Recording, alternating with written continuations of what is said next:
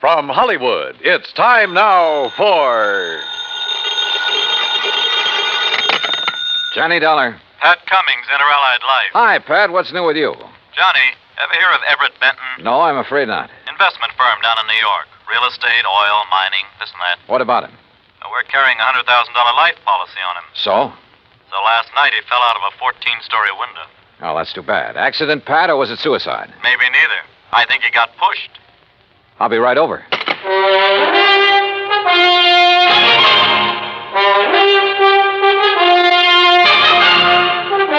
Bob Bailey in the exciting adventures of the man with the action-packed expense account. America's fabulous freelance insurance investigator. Yours truly, Johnny Dollar.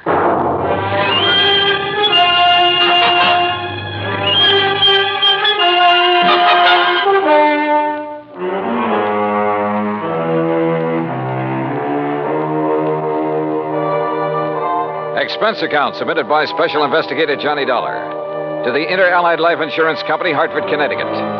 Following is an account of expenses incurred during my investigation of the Killer's List matter.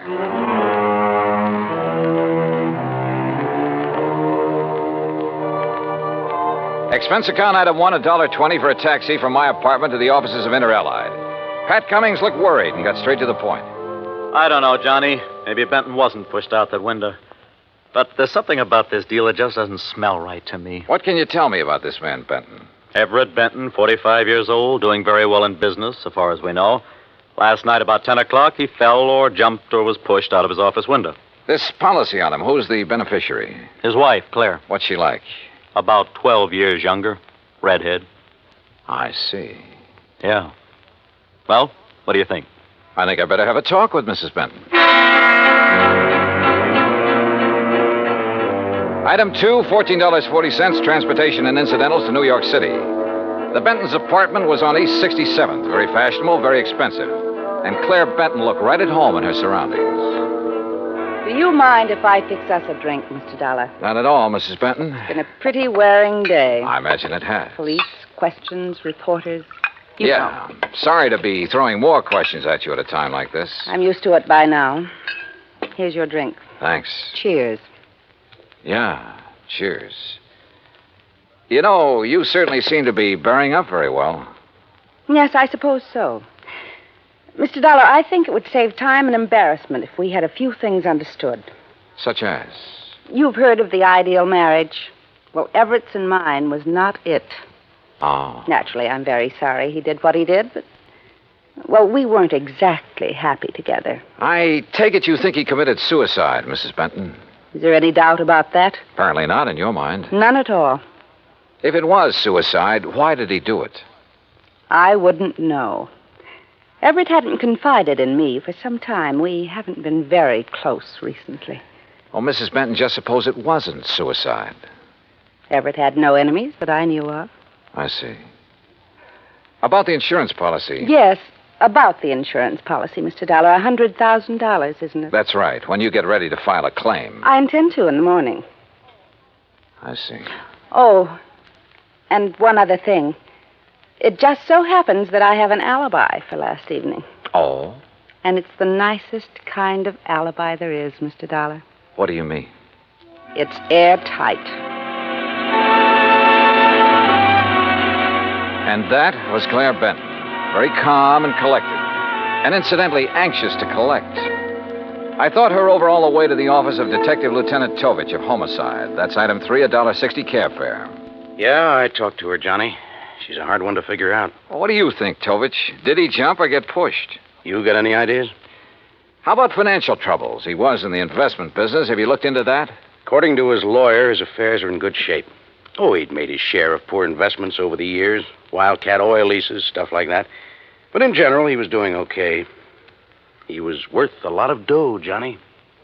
Okay, let's assume he was pushed out that window. What was he doing in his office at 10 p.m.? I've wondered about that, too. Any indication anybody was with him? No. The night watchman was in another part of the building when Benton came in. Let himself in with his own key. There could have been somebody else with him, all right. But who? Claire Benton says she has an alibi. Yeah. Don't know as I care for it much, but I haven't been able to break it down. Who is her alibi? Larry Santis. Santis. Runs a supper club over in the East 50s. Yeah, the ace of clubs, he calls it. Larry Santis. Thanks, Tovich.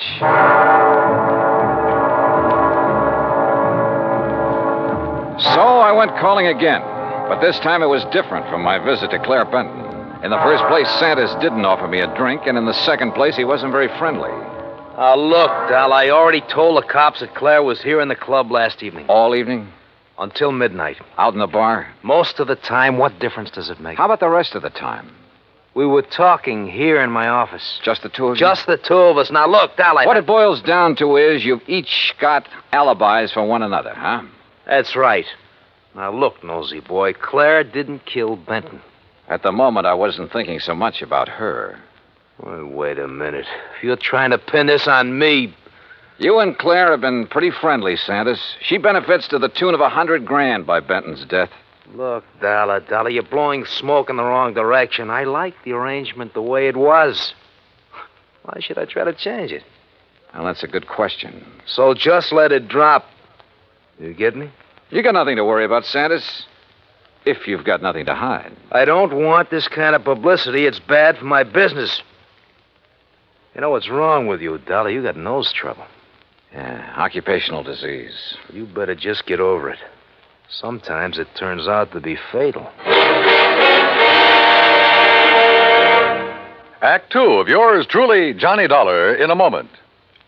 And now, Act Two of yours truly, Johnny Dollar, and the Killer's List matter.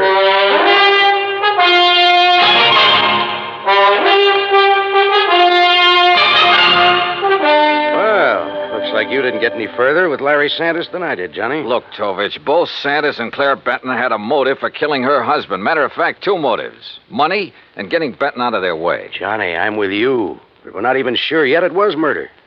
We do have something that indicates somebody might have been in Benton's office with him, though. Yeah, what is it? We found a cigarette butt in one of the ashtrays. Different brand than Benton smoked. Could it have been left there during the day? Janitor says he cleans out the ashtrays about 7 in the evening. Of course, he could have overlooked one. So I don't know whether it means anything or not. Oh, excuse me. Yeah. Homicide, Tovich. Oh? Where? Okay, I'll be right over. Well, Johnny, looks like we've got ourselves a little epidemic. What do you mean? Ever hear of a guy named Arthur Mayfield, promoter? No, what about him?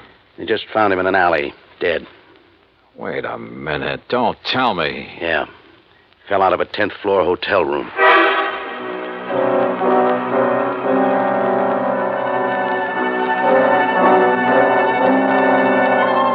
Lieutenant Tovich and I went over to the West Side Hotel where Mayfield's body had been discovered. There was nothing in his room to indicate anyone had been there with him. As a matter of fact, there was nothing couriered.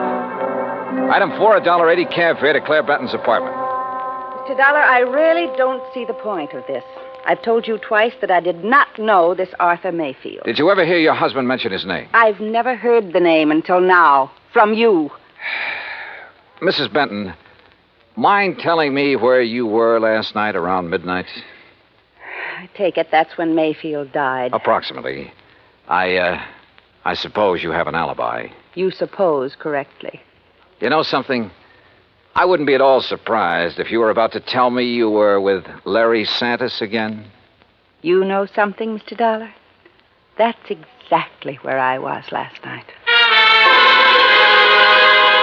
I know, Tovich. I know it could be just a coincidence that two guys fall or jump or get shoved out of windows within 24 hours.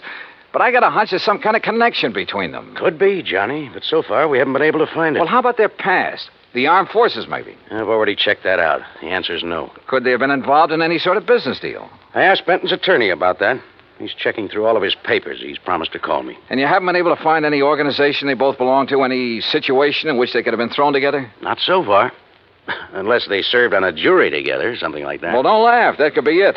And they might have convicted somebody who took this way of getting revenge. Yeah, I'll check it out and call you if we find a connection. But don't count on it, Johnny. Don't count on anything.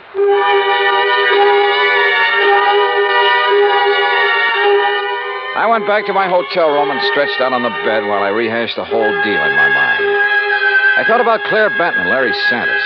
I didn't trust either of them. But as Tovich had pointed out, there was another thing to prove it. Okay, coming. Yeah, Mr. Dollar, that's right. you're investigating the murders of Benton and Mayfield?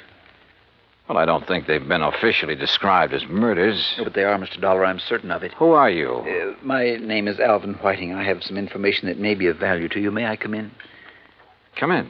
Thank you. If you don't mind, I'd like to look out the window a minute. You're being followed? I don't know, but it wouldn't surprise me. What is this information you have, Mr. Whiting?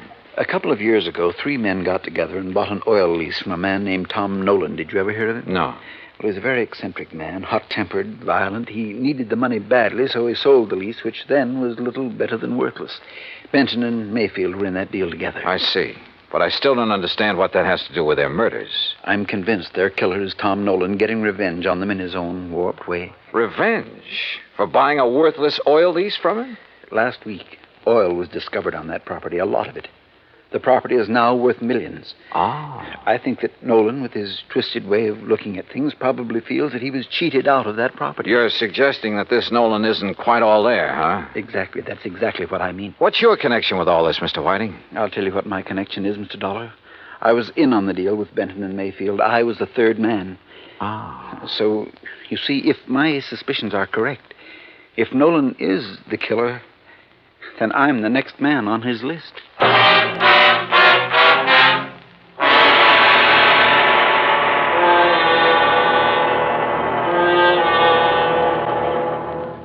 Act 3 of yours truly, Johnny Dollar, in a moment. And now, Act 3 of yours truly, Johnny Dollar, and the Killer's List matter. I took Alvin Whiting down to Lieutenant Tovich's office, and he told his story again. I could see that Tovich felt the same way I did, that at last we were getting someplace. Matter of fact, Johnny, I was about to call you. Benton's lawyer just turned up the lease agreement linking Benton, Mayfield, and Mr. Whiting here. Question is, where's Tom Nolan? I don't think I'll draw an easy breath until he's been found and arrested. We have a bulletin out on him, Mr. Whiting. One thing we found out, about a year ago, he served time for assault and battery. Oh? Mr. Whiting, I'd suggest you take every precaution until we pick up Nolan. Don't worry, Lieutenant. I propose to remain in my apartment until you apprehend him. I'll post a man in the building to look after you. Thank you, sir. Homicide, Tovich. Oh, what's the address? Right. Thank you. We've located the little hotel where Nolan's been staying. Come on, Johnny.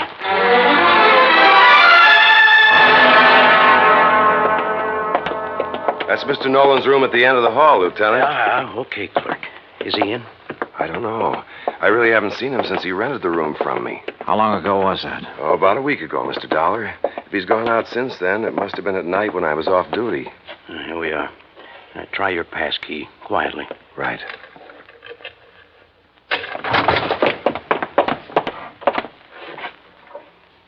Well, gone.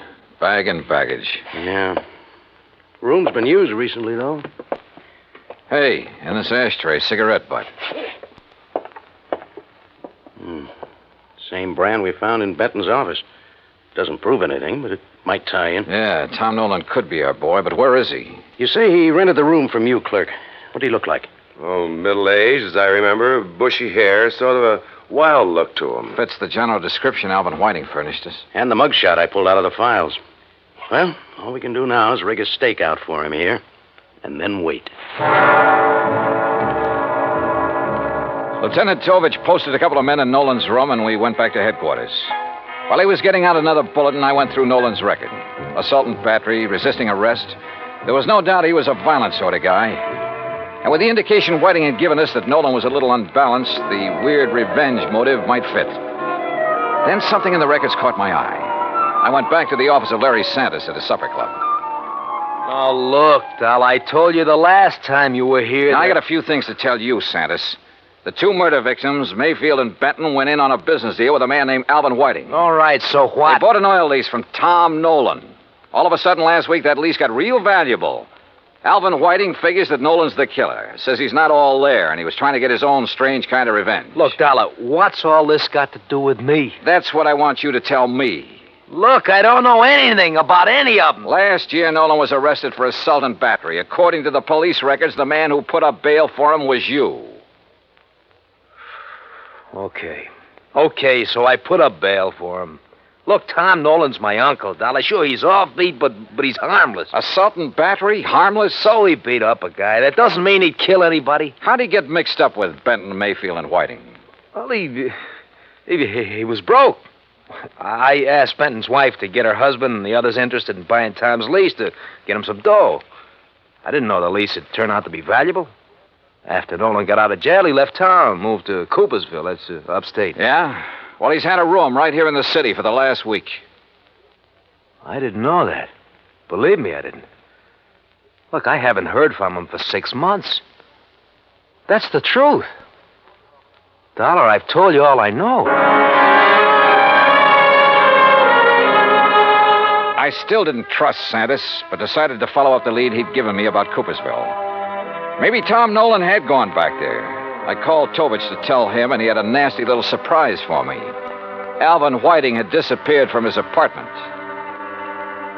I didn't know whether Tom Nolan had gotten to Whiting or not, but I did know I had to find Nolan in a hurry. I hightailed it to Coopersville. It was a small town with half a dozen hotels and rooming houses. I made the rounds, flashing Nolan's picture. Finally, I struck pay dirt. Why, yes, I recognize that picture. That's Tom, all right.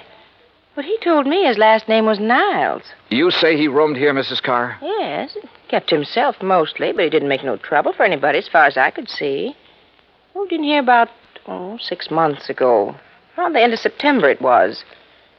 And then last week he left us. Sure, he probably found out they'd struck oil and moved into the city. You don't understand, Mr. Dollar. When I say he left us, I mean that last week Tom Niles died. And there I was. But all of a sudden, the deal started adding up in my mind. It was after dark when I got to the graveyard, and my flashlight picked out the simple headstone. Tom Niles. Yeah, Tom Nolan. Resting in peace, right where he'd been, all through the murders he was supposed to have committed. The shot knocked the flashlight out of my hand. I hit the dirt, but the flash had pegged the gun for me.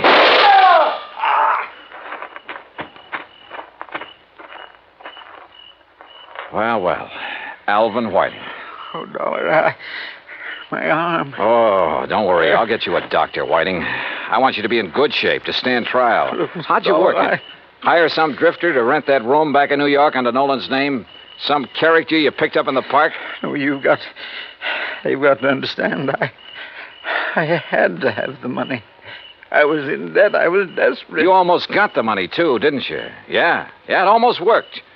You rigged the story that Nolan was the killer, that you were on his list of victims. That way you end up in sole possession of the oil lease. If I'd only known he was... Yeah. Never try to frame a guy who's already dead.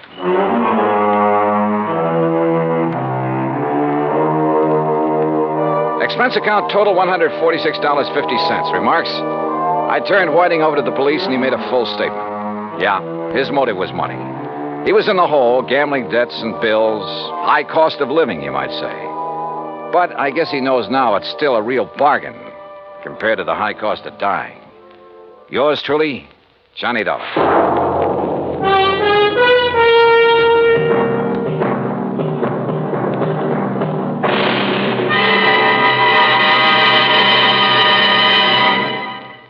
Our star will return in just a moment. Now, here is our star to tell you about next week's story. Next week, Dame Nature takes a hand and helps me solve a crime. Join us, won't you? Yours truly, Johnny Dollar.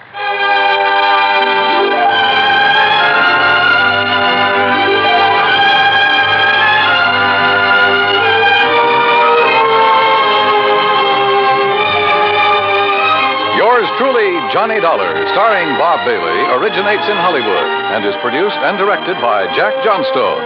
Today's story was written by Robert Wright. Heard in our cast were Virginia Gregg, Lillian Bayef, Jack Edwards, Jack Moyles, Tony Barrett, Parley Bear, and Carlton G. Young.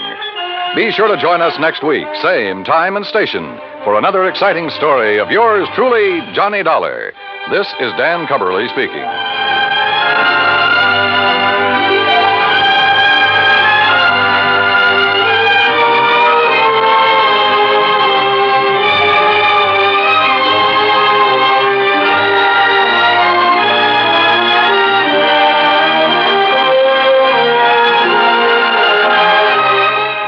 the United States Armed Forces Radio and Television Service.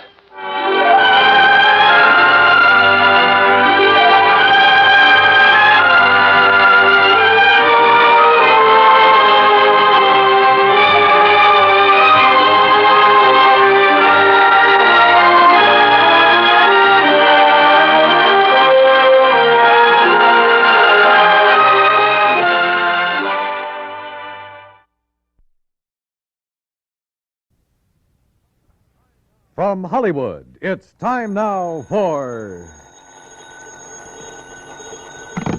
Johnny Dollar. I love you. Hello? I said I love you. Yeah. That does not please you? Oh, pleases me fine. Now, why don't you and I get together and we'll be able... That would be nice. Well, just name the time and the place and, Hey, wait a minute. Who are you? Carmela Jocares, Johnny. Oh, well, let's get down to earth. Carmela? Yes, Johnny. Well, Well, usually when my phone rings this way on a Sunday night, well... I know. You expect some dull insurance agent to be calling you. Yeah. With a dull insurance matter for you to worry about, no? Yeah, that's usually the case. But this one does not need to be dull. You mean you have an insurance problem on your mind? Of course. So maybe you will help me? Well, just name the company, any company, and I'm on my way. The Universal Adjustment Bureau would be interesting. So who cares if they're interested? Come on, Carmela, get to the point, huh? Come see me, Johnny. Tell your friend, Pat McCracken at the Universal. Yeah, sure. Tell him what? That I called you. Will you, Johnny? Are you kidding? Goodbye. Yeah, well, where can I... Hello? Hello? Huh?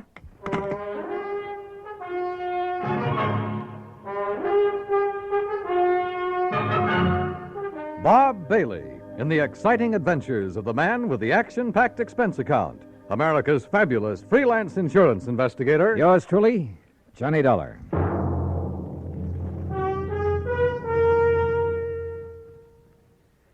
Now that the holiday season is with us, there are 3 different reasons why you should have several packages of Chef Boyardee Pizza Pie Mix handy in the house. The reasons are friends who drop in for lunch, friends who drop in for supper, and friends who come over just to say hello. Because pizza is perfect to serve friends and family any time of the day. And when you use Chef Boyardee Pizza Pie Mix, it's so easy. You see, everything you need is right there in the one Chef Boyardee pizza package that you keep on your cupboard shelf. Needs no refrigeration. You get the flour that turns into crispy golden crust.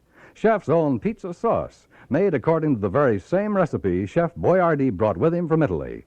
And even mellow Italian-style cheese, already grated to become a delicious, bubbling topping. Serve everybody pizza this holiday season. They'll love it. And you'll find pizza is so easy to make when you use Chef Boyardee Pizza Pie Mix. Get several packages. And now, Act 1 of yours truly, Johnny Dollar.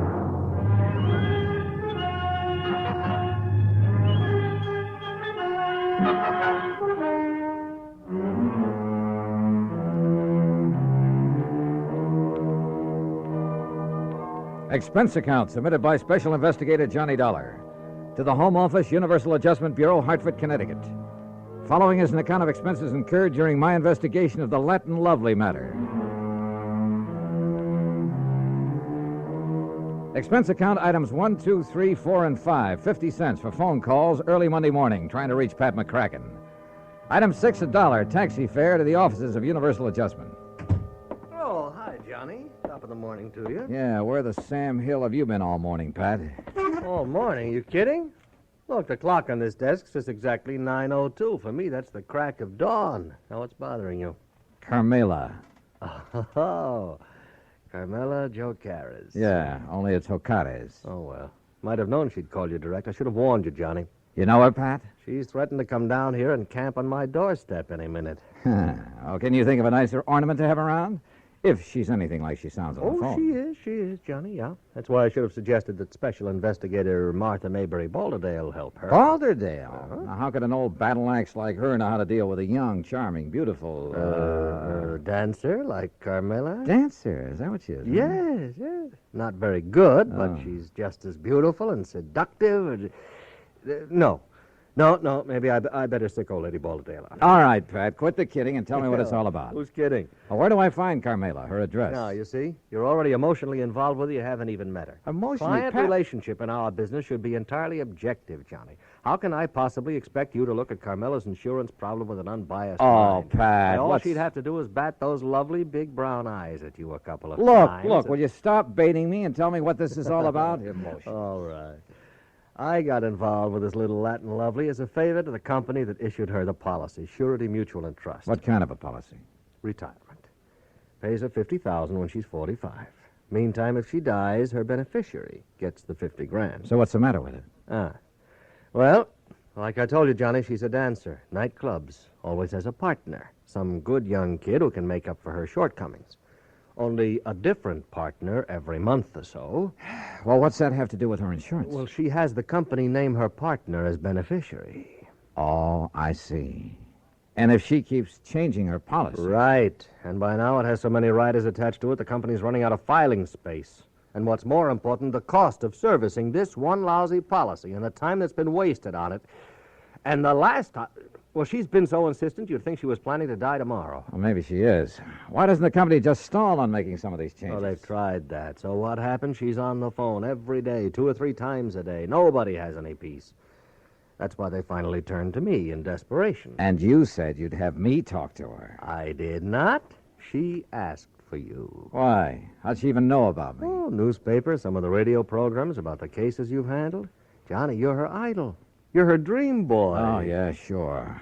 But what to do about this? Well, you get her to settle with one beneficiary. Get her married, something like that, so her policy will stay set for a while. Yeah, married, even if you have to... Oh, yeah. You? Huh? Yeah. Oh, no, you don't. Not me. Oh, no. It's a great idea. Johnny, her address is 624 East 47th Street, New York. Now, you look, But just Pat... remember one thing. Universal Adjustment Bureau will not pay for your defense in a breach of promise suit, John. It's all the way or nothing. Oh, yeah, sure. Call me up sometime when you have a case for me. Sucker. Me, that is. Because of item 7, 1940, plane fare and incidentals to New York City, taxi from the airport to 624 East 47th Street, a nice modern apartment building complete with a uniformed doorman. Miss O'Carra's? That's right. Can I have your name, sir? Johnny Dollar. Oh, yes, of course. So, if you'll just give me her apartment number... May I see your credentials, please? My credentials? Oh, sure. Why not? Here, take a good look. Seems all right. Thank you, sir. Now, look, she's expecting me. I know, sir. Then what's all this fuss about? Will you step in the lobby, please? Oh, sure. Now, what's the number of her apartment? One moment, please.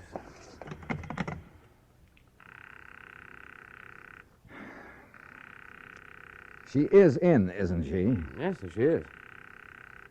I don't understand about answering the house phone, though. You're certain that she's in? Absolutely, sir. But why she doesn't answer... Where's her apartment? It's number 7 up the stairs. Come on, show me the way. Yes, sir. She only came in a few minutes ago. And nobody else has called on her? No, sir. Were all those precautions of yours on her orders? Yes, sir. She seemed to be fearful of something lately. Fearful? Right here, sir, number 7.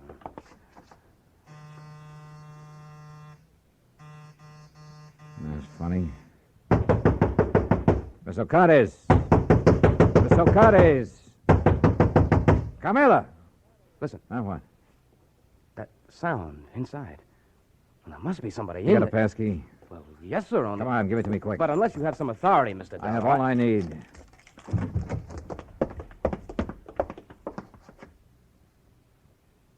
Carmela. Mr. Dollar. She's been killed. No, she's alive, all right. But that's about all.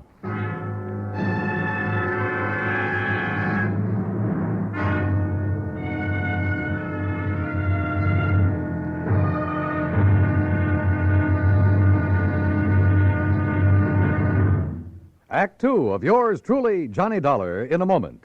There is a difference, a great big difference in Vicks medicated cough drops. There is a difference, a great big difference. Get relief with every single drop. Yes, there is a big difference in Vicks medicated cough drops. The medication makes the difference.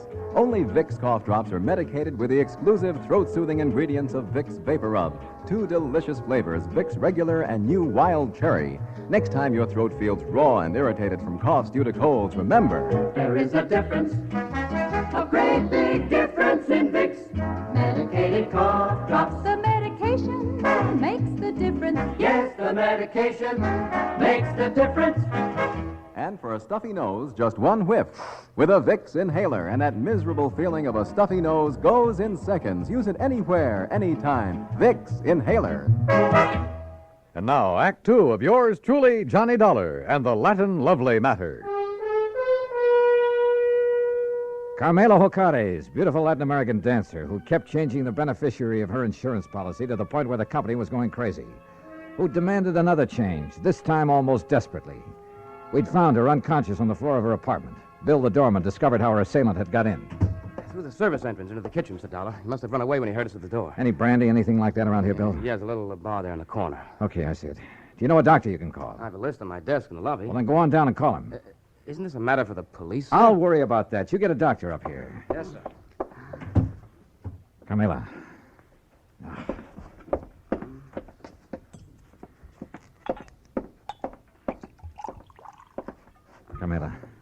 Carmela, here. See if you can drink this. What?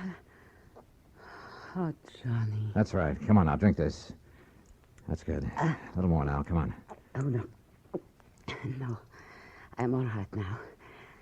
Help me to the sofa. Yeah, sure. Here now. There you are. How's that?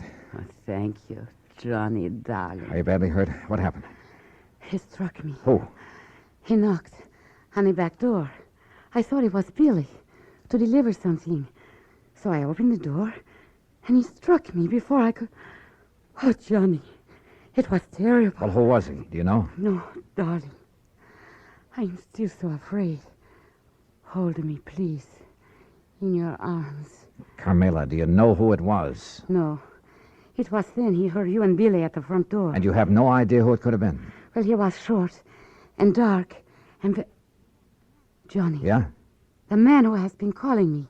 First from Mexico, and then from here in New York. Threatening me. Well, who?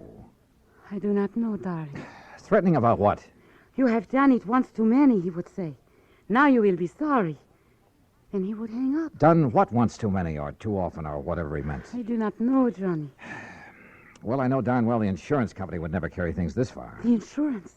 Oh, Johnny, you can do it for me, can't you, darling? Do what? I only ask them to make a little change. But all they do is delay. Oh, now, look, we have more important things to think about now. More important than the insurance? Oh, you do not understand. Please, my sweetheart. How can I work unless Armando is... First, we find out who attacked you and why. Oh, Billy, darling. The doctor says he'll be here in 15 to 20 minutes. No, not the doctor.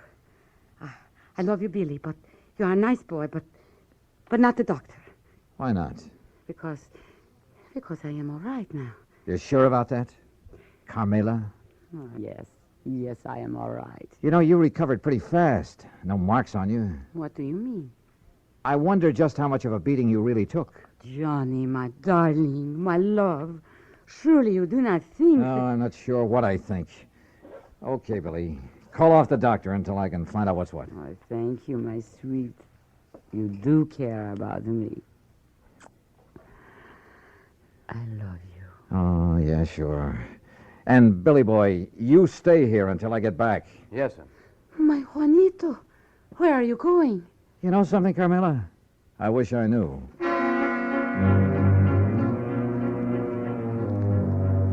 I knew where I was going, all right, to 18th Precinct Police Headquarters and my old friend Randy Singer.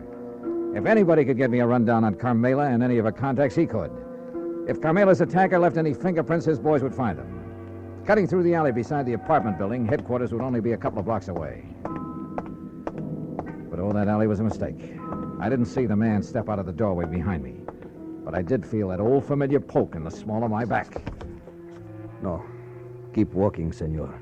To the next doorway. All right, now look. If you'll take that gun out of my back. Walk. What is this, a holdup? Now, In here. Well? I am Federico, Senor Dollar. Bully for you. So what? I could hear you from the back stairway of her apartment. So you would help her, eh? Carmela? Maybe?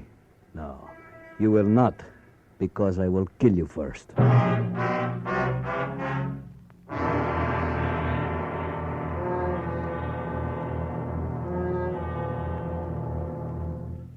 Act 3 of yours truly, Johnny Dollar, in a moment. Smoke Kent, Smoke Kent with the micronite filter. Remember this, Kent filters best of all the leading filter cigarettes. So get the mild Kent cigarette. Smoke Kent with the micronite filter.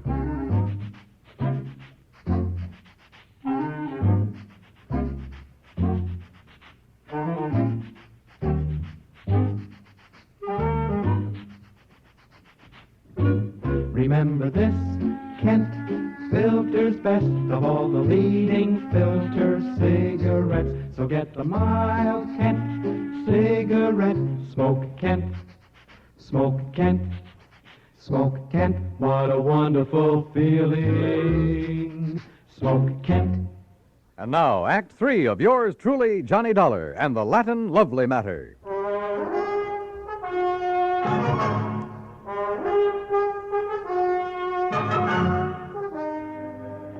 You hear me? I will kill you. Do you mind telling me why? I will kill you before I let you help that woman ruin my son. Your son? You are from the company for the insurance, are you not? Yeah, that's right. To make her the change in the policy, to change what you call the benefit, The beneficiary, yes. That's what she's asked for. But I will not let you. Well, I haven't said I... Oh, look, put away that gun, will you? No. Okay, Chief. What? But be careful, this man is armed. What do you call it? The policy? Just diverting your attention. No, give me that gun. No, I... All right, now we're on even terms. Just who are you and what's this all about? I'm Federico Gomez, the father of Armando. And who's Armando? Armando, my son. He would be the next fly in the web of the spider. The what? That woman, Carmela Jocares.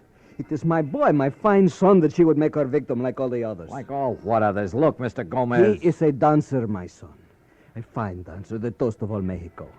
And she would do with him what she did with the rest. Charm them, make love to them, bring them here to this city to dance with her. Unless I stop her. Well, I fail to see anything particularly... And like the others, my son would fall in love with her with all his heart, with all his soul, with all his mind. Yeah, I'm sure, and but... she... Oh, of course, she would prove her love for him with all the big insurance benefit. You mean that naming those lads in her insurance policy?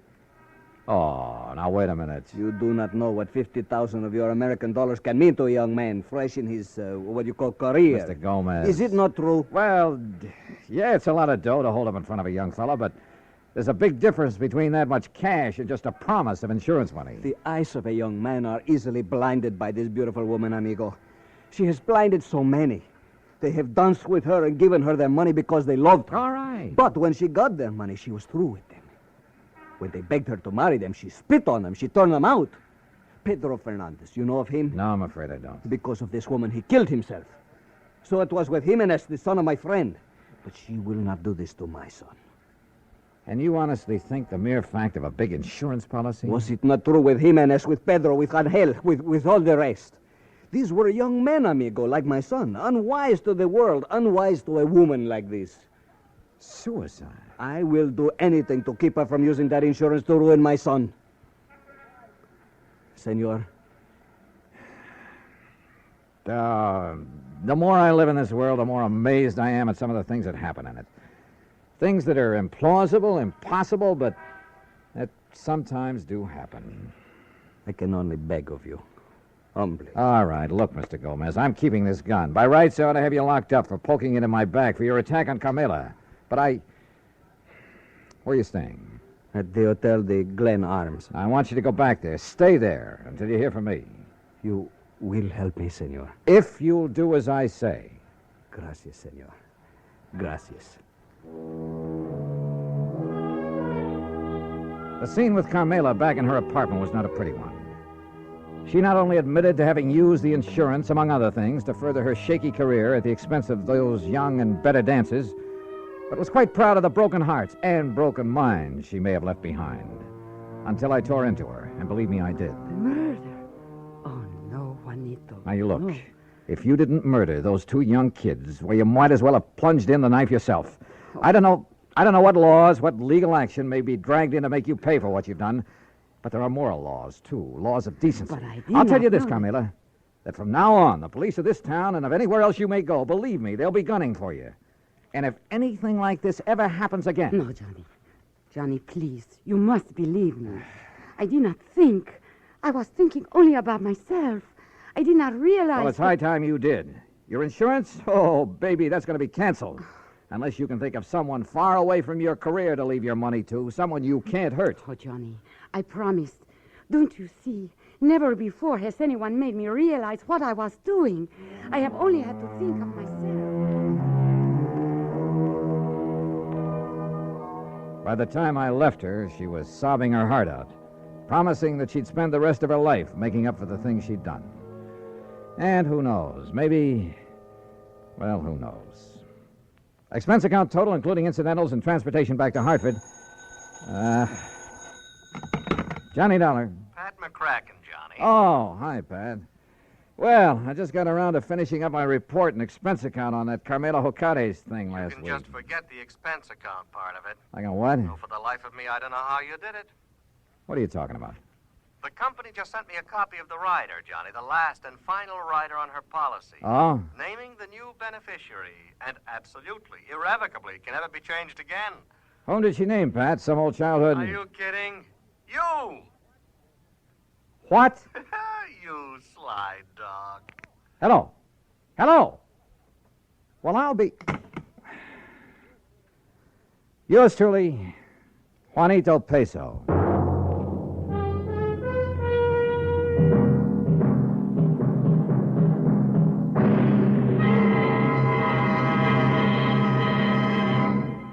Our star will return in just a moment. Meet movie star Dorothy Lamour. Actresses can't perform with a rotten cold, so I take 4-Way, the fastest way to stop terrible cold distress and feel better quick. Right. Of all leading cold tablets tested, 4-Way's the fastest acting brand. In minutes, Amazing 4-Way starts to relieve aches, pains, headache, reduce fever, calm upset stomach, overcome irregularity. When you catch cold, remember my advice. Take 4-Way, fastest way to stop these awful cold miseries. 4-Way, 29 cents. Now let me tell you about another fine product of Grove Laboratories. Imagine a shampoo so effective it gets rid of embarrassing dandruff with one lathering, but won't dry hair, won't split ends, won't leave a medicinal odor. It's wonderful new Fitch Dandruff Remover Shampoo. One lathering with Fitch removes dandruff, can brighten hair up to 35% too, without harsh medication. Only Fitch guarantees to do all this with one safe, easy lathering or money back. Contains no strong medication, so it's gentle enough for every shampoo. And then dandruff need never be a problem again. Fitch Dandruff Remover Shampoo, only 59 cents. Now, here is our star to tell you about next week's story. Next week, some priceless jewelry, a beautiful girl, and believe me, they add up to trouble. Join us, won't you? Yours truly, Johnny Dollar. Yours truly, Johnny Dollar, starring Bob Bailey, originates in Hollywood and is produced and directed by Jack Johnstone, who also wrote today's story. Heard in our cast were Lucille Meredith, Larry Dobkin, Jimmy McCallion, and Harry Bartell. Be sure to join us next week, same time and station, for another exciting story of yours truly, Johnny Dollar. This is Dan Cubberly speaking.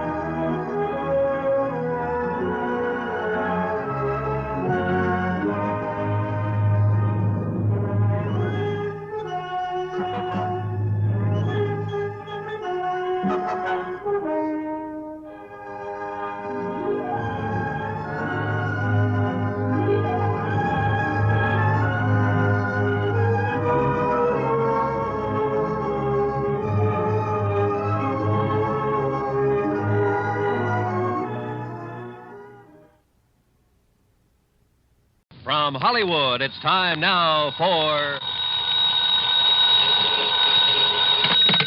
Johnny Dollar. Hiya there, Johnny. This is your old pal, Lefty. Lefty? Well, sure. You remember. Lefty Stemper. Huh? You know, down here in Virtue. Virtue? V-I-R-G-U. Virtue. South Carolina. Oh, sure. Yeah, you remember. Me and the boys, we occupied this caraway plantation down here on the Petey River. Well, sure, of course. Listen, are you having trouble again with old man Caraway? Oh, no, sir. Not a bit. And you know how we stopped them, me and the boys, from making trouble for us? How, Lefty? We bought them out, that's how. Yeah, we give them 100 G's for the place, cash money. Now we own a whole entire plantation. Well, good for you. But now what's your problem? Well, Johnny, we fixed this place up real nice since you've seen it. You know, we spent a lot of dough on it. So? So we want to buy a lot of new insurance on it. Oh, well, then hop on over to Georgetown and see your old friend Joe Picatello about it. Old friend, huh? After all, he's your insurance agent. Yeah, is he? Well, sure, of course he is. Didn't he sell you all the other insurance you... Lefty, has something happened to Joe? Yeah, only I don't know what it is. What do you mean? Well, that's just it. I don't know. I talked to him on the phone, asked him to come out here. He says, okay. But he don't come. You think somebody's knocked him off? Then I call him again. He says, okay again. He'll be right over. But he still don't come. Well, have you gone over to Georgetown to see him, to see what's the matter? 5, 6, maybe even half a dozen times. But every time he ain't there. Lefty, I don't get it. That's what I'm trying to tell you. There's something wrong about it, Johnny. And if I was you, I'd come down here and find out. You know something? I think you're right.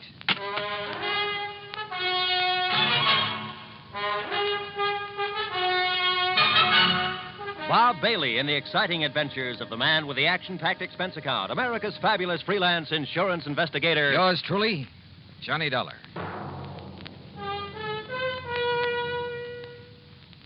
And now, Act One of yours truly, Johnny Dollar.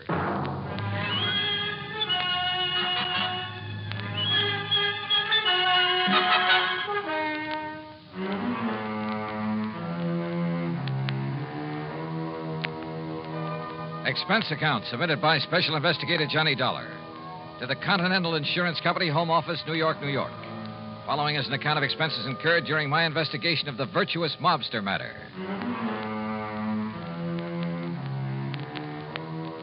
Expense account item 1, $7.85, train to New York City and taxi to the office of Continental Insurance Company. Fortunately, my contact there, Ben Orloff, was in. Come in, Mr. Dollar, come in. Thanks. How are you? Sit down. Thanks. Now, Mr. Orloff... Wait a minute. Don't tell me you never received that check for your services down in South Carolina. Oh, yes, I got that. Why, I had that mailed out to you nearly 2 months ago. Yes, I said I got it. Oh, good. Incidentally, I thoroughly enjoyed your report on that case, the Village of Virtue matter, you called it? Yes, So I why know. a group of ex-gangsters should decide to settle in a town called Virtue, I'll never understand. Well, Were they really behaving themselves, as your report indicated, or had they been using that old plantation for a sort of hideout? Their records have been clean down there for over 20 years now. Is that so? Well... maybe the answer to organized crime is to give all those fellows a nice, quiet plantation to live on. Yes. Though I must say that when our agent down there, Joseph Picatello... It's about Joe that I've come to talk I to. must say that I was a bit concerned when I found Joe had sold policies to characters like Lefty Stemper and Bully Magoon and Flippy Lackovich. Mr. Orloff. Why, those were the very sort of men that Thomas E. Dewey chased out of New York when he was D.A. some years ago. Mr. Orloff. That was before Dewey became governor, you know. So naturally, what were you going to say about Joe Picatello? Have you heard from Joe recently? No, I don't think I have, now that you mention it. Because I just talked over the phone. Wait. You must understand one thing, Mr. Dollar. Oh, what's that? Our office down there in Georgetown is probably the smallest one we have in the whole country. Joe really doesn't handle much business for us, you know. Yes, I understand. I understood that when I talked to him in April. If it weren't for those mobsters over in Virtue... Ex-mobsters, Mr. Orloff. Well, if it wasn't for them and some of the townspeople to whom we've issued policies, I'd... Mr. Dollar, has something happened to Joe Picatello? That's what I want to find out. Because now that I think about it... Excuse me. Miss Bailey? Yes, Mr. Orloff. Did you ever get a reply on the Harmon policy from Mr. Picatello in our Georgetown office? No, sir. I've written Mr. Picatello several times now. Thank you. Dollar, we wrote Joe about that Harmon matter over 4 weeks ago. Well, didn't it occur to you to phone him and find out why he hasn't answered you? But it involves such a small policy that... yes. Perhaps I'd better try to call him. Miss Bailey? Wait. Yes? Nothing. What? I said nothing. Well, Mr. Dollar? Well, Mr. Orloff, if something has happened to Joe Picatello, well, look, instead of spreading the alarm, how about if I quietly run on down there? But have you reason to believe something wrong has happened to him? Only from what his clients down there at the plantation have told me over the phone. You think perhaps some of his old gangland enemies have got to him? After 20 years, I don't know. But if you'll okay my expense account, I'll go down there and see. Well, now, Mr. Dollar... And if you won't, I'll go down there anyway. But there's the danger, too. This might be a very dangerous... Let me hear from you as soon as you can, Mr. Dollar.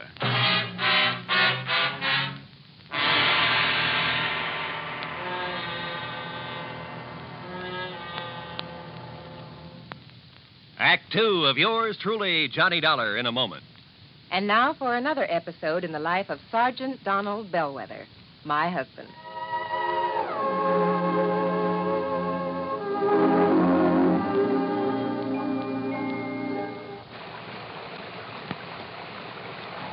Oh, Donald, it's sure pouring, isn't it? Can you see all right? Oh, yeah, I can see. Those windshield wipers are operating with mechanical perfection. You notice there are no more streaks either since I put on the new rubber blade. You know, I think every driver should have his windshield wipers in good order. It's much safer. It would be much safer if everyone would slow down during wet weather like my husband is doing right now. Just being cautious, Reba. We don't want an accident in this downpour. We don't want an accident any time. Yeah, that's for sure. Well, the experts say that accidents just don't happen. Something causes accidents, and that cause can be prevented. By the way, dear, in what kind of weather do you think most accidents occur?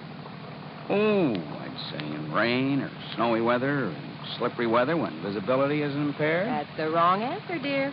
Wrong? Are you serious? Statistics show that 8 out of 10 accidents occur when the weather is clear or with a cloudy overcast. Are you positive? I wonder why. Well, here's our house, dear. Oh, yeah. Now, you sit right here, Reba. I'll get out with the umbrella, and then I'll come around and open your door. All right, honey. I wonder why. Wonder why what? Why 8 out of 10 accidents happen in clear weather? Oh, well, I don't know for sure, Sergeant. But I do know that you drove very carefully tonight in the rain. Thank you. Now, if everyone drove as carefully during clear, dry weather, there'd be less accidents, I'm sure. Hey, that must be it. People automatically get cautious in the rain and snow. Too bad they don't stay that way in good weather. You will, won't you? I mean, drive safely in good weather, too? I promise. Oh, that's my Donald. That's my doll.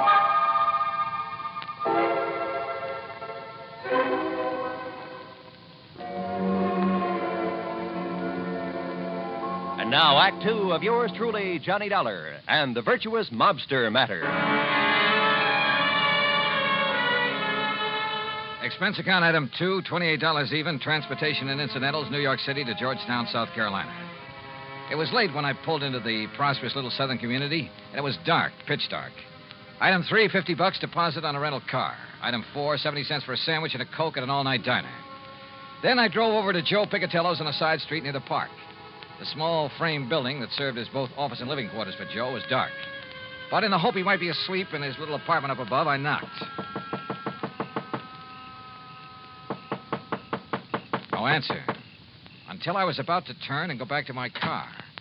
It was the sound of a door slamming somewhere inside. But still no light showed. I knocked again. Then, faintly, I heard footsteps approaching. But why hadn't Joe turned on a light in there? Yeah?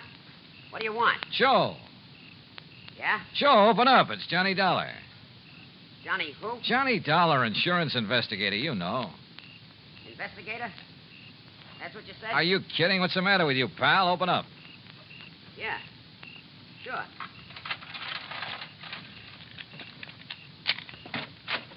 Hiya, Joe. What's the idea of no lights in here? You forget to pay your bill or something? Maybe.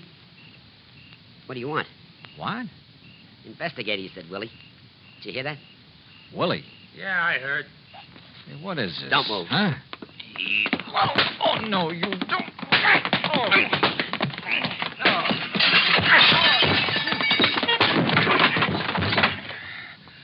All right, Willie, I got his gun. Now hit him again. Yeah. Again. Once more. Okay. There he is, out like a light. Yeah. What do you want I should do with him now? Huh? You crazy, Willie? You mean you don't know? Okay, but if I blast him here, it's going to make a lot of noise, and if anybody... Listen. Hey, it's a car. Coming down the street. Investigator, he said. So he wouldn't be working alone. Come on, out the back way. But I know who's going to Shut stay up, here. let's get out of here.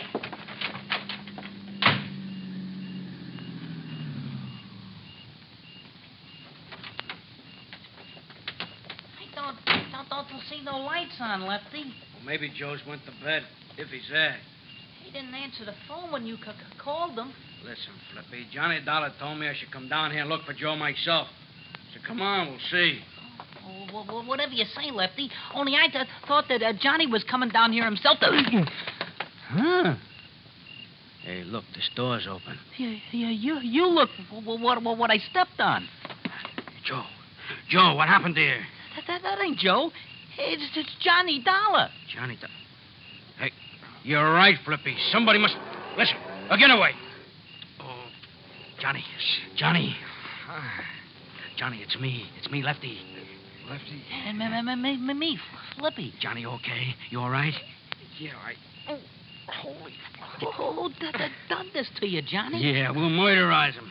Hey, Flippy, turn on some lights. Yeah, sure. What happened in here? You know who done this to you, Johnny? Yeah. Yeah?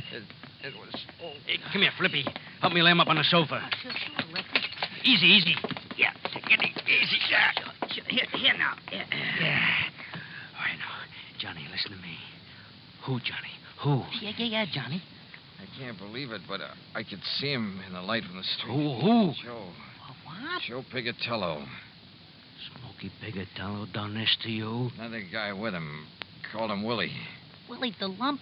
Why? Why did he do it? I don't know. Acted very strange when he came to the door. But I don't get it. He was my pal. He was your pal. And, Willie the Lump with him. That's what I don't get. It means he's went back. That's what it means.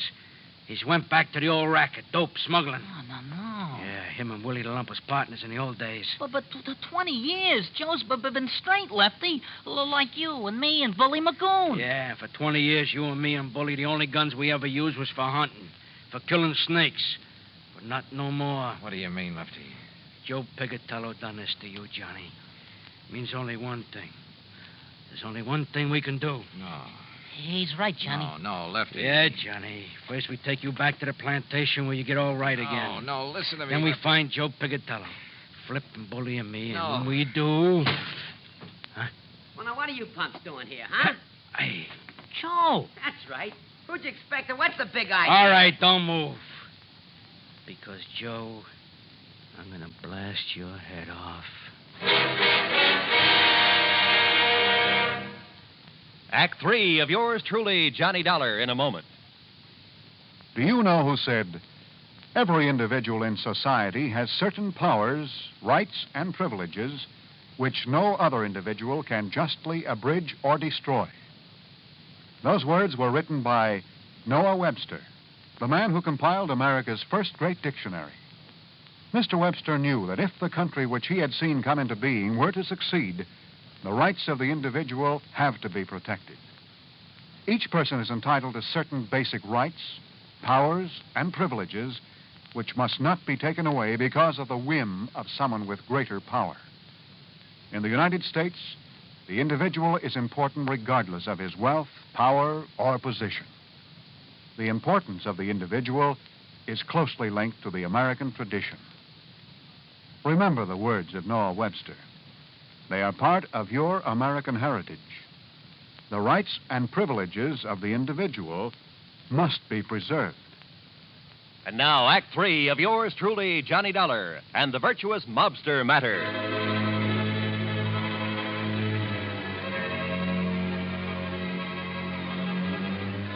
To say the atmosphere was tense there in Joe Pigatello's office in Georgetown, South Carolina, would be the understatement of the week. After the beating I'd taken from the ex-gangster and one of his pals, my old friends Lefty and Flippy had come in and found me there. And they couldn't understand why Joe had done this to me. Unless... It means he's went back. That's what it means. Went back to the rackets. Oh, Willie, the lump was with him. Him and Willie was partners in the old days. Dope, narcotics. So the two of them swore to get Joe. And then suddenly we looked up to see someone standing in the doorway. It's Joe. It was Joe Picatello. That's right. Now, who'd you expect and what's the... All right, don't move. Because, Joe, I'm going to blast your head off. Oh, now put that thing down, Lefty. Don't move. What is this, Slippy? A gag or something? Is it a gag what you done to Johnny Dollar? Huh? Johnny. I said one move and I'll give it to you. Johnny. Turn around, Joe, or I'll shoot you in the back, you dirty... What did they do to you, Johnny? Listen, Joe. Lefty. Flippy, I'll kill you for this. What are you talking about, you dirty Wait, rat? wait, Lefty. Johnny's my pal. Like you used to be before you went back in the rackets. Went back in the rackets? Yeah, with that dope hound with Willie the Lump. What do you know about Willie the Lump? Plenty. Now that you're back with him. You're crazy. It's no good, Joe, because Johnny recognized you. You and Willie the Lump when you waked him over. And I tell you that I had... 20 years, you and Bully and Flippy and me, we showed we could do it straight. We could be respectable. Me and the boys at the plantation, you down here. But now you spoiled it. You ruined it for all of us. Look, will you listen? So don't move. We made a deal. You and me and the boys. 20 years ago.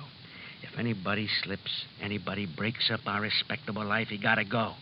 Was that the deal? Yeah, that was the deal. But you don't know what you're talking about when you say I'm going back in... All right, so you lousy scum, you not only go back, you do this to Johnny Dollar. My friend, the guy who believed in us. Lefty. So for that, you gotta go. Lefty, listen. Now, Joe. Right. Lefty.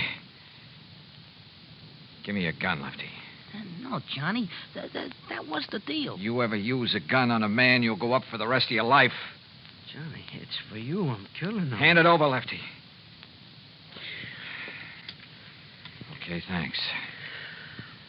You see, it wasn't Joe who worked me over. What? I thought it was. It looked like him. It sounded like him. Then it was him. Look at his hands, his face, his clothes. Is this the man I fought with in here 5 minutes ago? Sure, maybe I did get the worst of it with two of them on top of me. But believe me, I cut them up some, too. He's right, Lefty. Yeah, but then I don't... Look, if it wasn't him... The twin. You're right, Lefty. It must be the twin. The twin here? All right, boys. Let me in on it, too, will you? Shep Larko, the twin they called him. That's what the law called him. Called him and Joe the twins. Because they looked like each other. They talked like each other.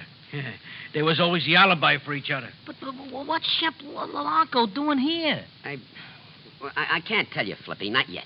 All right, Joe. All right. I believe you about not working over Johnny here. Because of what he says about you and me, it must up. But if you and Shep are back in the rackets... I'm not, Lefty. That's straight. No? All right, then tell me. Where you been? I can't tell you. 3-4 weeks now, we don't know where you are. The insurance company don't know where you are. Well? I can't tell you. Now listen. Oh, you listen. You listen. If Shep and Willie have been here, they'll be coming back. Why? Yeah, Joe, why? I can't tell you. I can't tell you. All right. Listen. We're listening, Joe. The Secret Service. Huh? Well, after those killings up in Baltimore. During that smuggling job? Yeah, Johnny. They knew the twins, Shep Larko and Willie. Well, the boys in Washington knew they did it. But they didn't know where to find them. Well, go on, Joe. So they spread the word. The Secret Service spread the word. That I knew where Shep and Willie were. That I would lead them to them. You knew where they was, huh? No, but the law boys knew that'd flush them out. Get Shep and Willie out looking for me. Gunning for me. And the Secret Service didn't keep you undercover? Yeah, until today, back in Washington. But I talked to you on your phone right here. Oh, the line was rigged through to Washington. You said until today, Joe. Yeah, because Shep and Willie didn't show. The law boys had to make them show. So then they sent you here as living bait? Yeah. And they passed the word that you'd be here? That's it, Johnny. That's why Shep and Willie were waiting here when you came. That's why they'll come back now that I'm here. Boy, you stuck your neck out for the sake of going straight. I couldn't help myself. The Secret Service rigged it on me. Guy named Phillips. But now you're all in it. So, Flippy, turn out the lights. Yeah, and let's get out of here. No. What? Oh, listen, we was crooks, but never killers. But it's killers that's coming to get Joe. What do you mean, Lefty? But they won't. And they won't get you, Johnny. Sorry, Lefty, I can't move. Then we're staying. For you and Joe. Yeah, right. So turn out the lights, Flippy. You're too late, boys. Shep. The twin. That's right. Your old pal, Shep Larko. Keep a rat on him, Willie. Don't worry, Shep. Investigator, huh, Dollar? Only at Secret Service, ain't it? Is it? I knew we should have killed you when we had your dollar. But we thought these boys driving up was reinforcements. Ha! Reinforcements. We should have known the Secret Service wasn't that bright. All right, Willie, frisk him while I keep this gun on him. Sure. No, none of you trying to... Not Dollar. We got his gun. Oh, okay. Just what do you intend doing, Shep? They're clean, Shep. What do you think? All right, Joe gets it first. Put your gun up close so it don't make no noise. Go ahead, Willie. Yeah.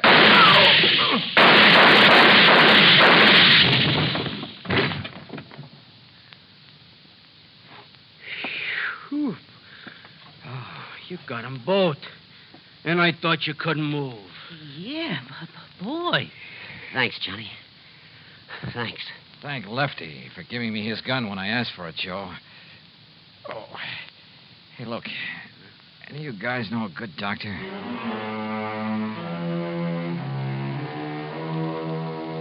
Yeah, I've said it before and I say it again. In this insurance business, you never know what you'll run into. Expense account total, including a flock of medical expenses and the trip back to Hartford, $174 even. Yours truly, Johnny Dollar.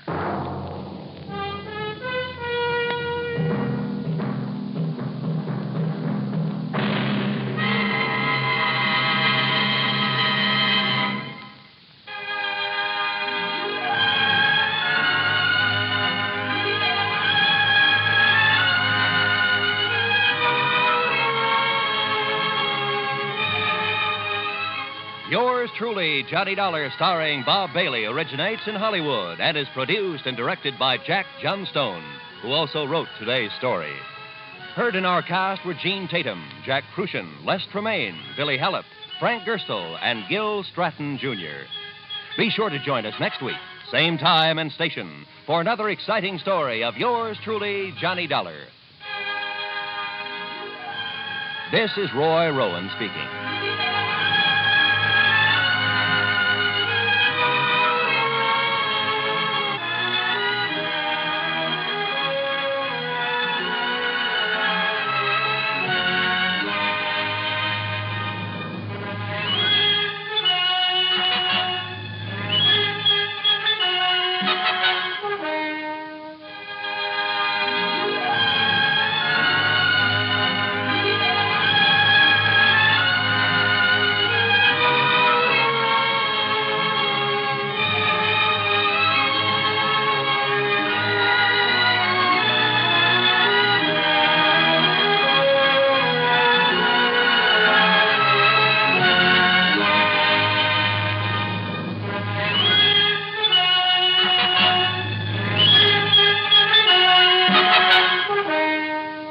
Yours truly, Johnny Dollar, has been a presentation of the United States Armed Forces Radio and Television Service.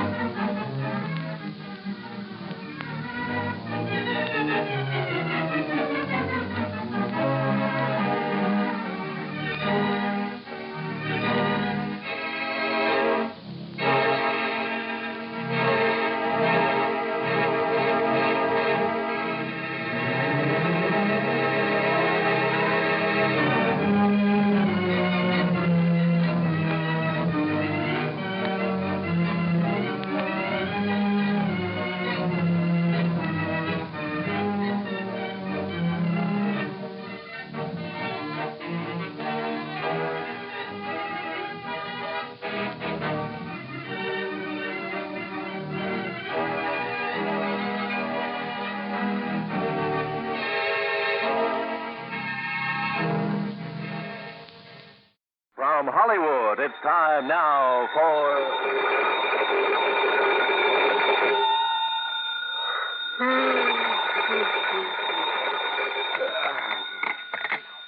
Yeah, Johnny Dollar. This is Peter Hanley at Western Maritime and Property Insurance. Holy, look, do you always start making calls at 4 a.m., Mr. Hanley? I had to phone clear across the country, Mr. Dollar, to find out that you're right here in Los Angeles. Yeah, that's right. The Beverly Hilton out here in Beverly Hills. Good. But I've cleared up the case that brought me here, so as soon as I have breakfast, if they serve it at this unearthly hour, I'll pack up my bags and go back to Hartford. Please don't. Oh, what's up? One of our clients is about to present us with a claim that I think you ought to investigate, as long as you're right here. Yeah, what sort of a claim? For the loss of his yacht, How much of a claim? between $150,000 and $250,000. Wowee. You know where Malibu Beach is? Yeah, sure, up the coast a few miles. Used to be a famous movie colony, that sort of thing. That's the place. Well, if you can find some means of transportation, I'll meet you at the Malibu Pier. On expense account, Mr. Hanley, I can find anything. Well, now, look here. And on a claim that could run to $250,000, I'm sure you won't be chintzy. Mr. Dollar. I'll see you at the Malibu Pier.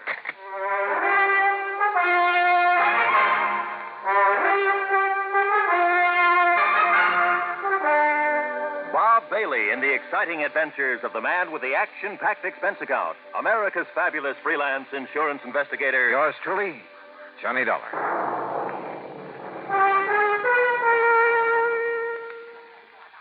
And now, Act One of yours truly, Johnny Dollar.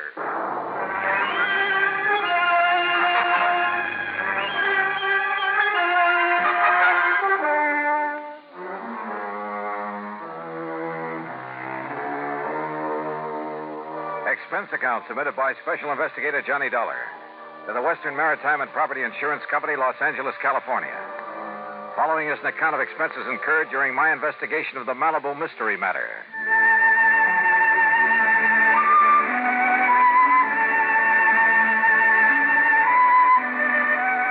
Expense account item 1, $2.25 for a fancy breakfast in my room at the Beverly Hilton. Item 2, $50 deposit on the best-looking rental car I could find. I drove out Santa Monica Boulevard to the Coast Highway, then north along the edge of the Blue Pacific, some 12 or 13 miles to Malibu, where a long fishing pier stuck out into the ocean. Cars were parked for half a mile on either side of the pier entrance, and it looked as though half the population of L.A. was crowded out on the pier itself. Thanks to an ambulance that pulled away from the curb and headed south toward town, I found a parking space.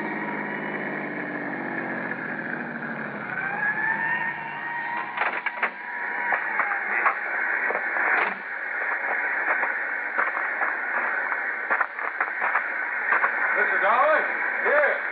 Oh, hi, Mr. Hanley. Come along out on the pier. All right.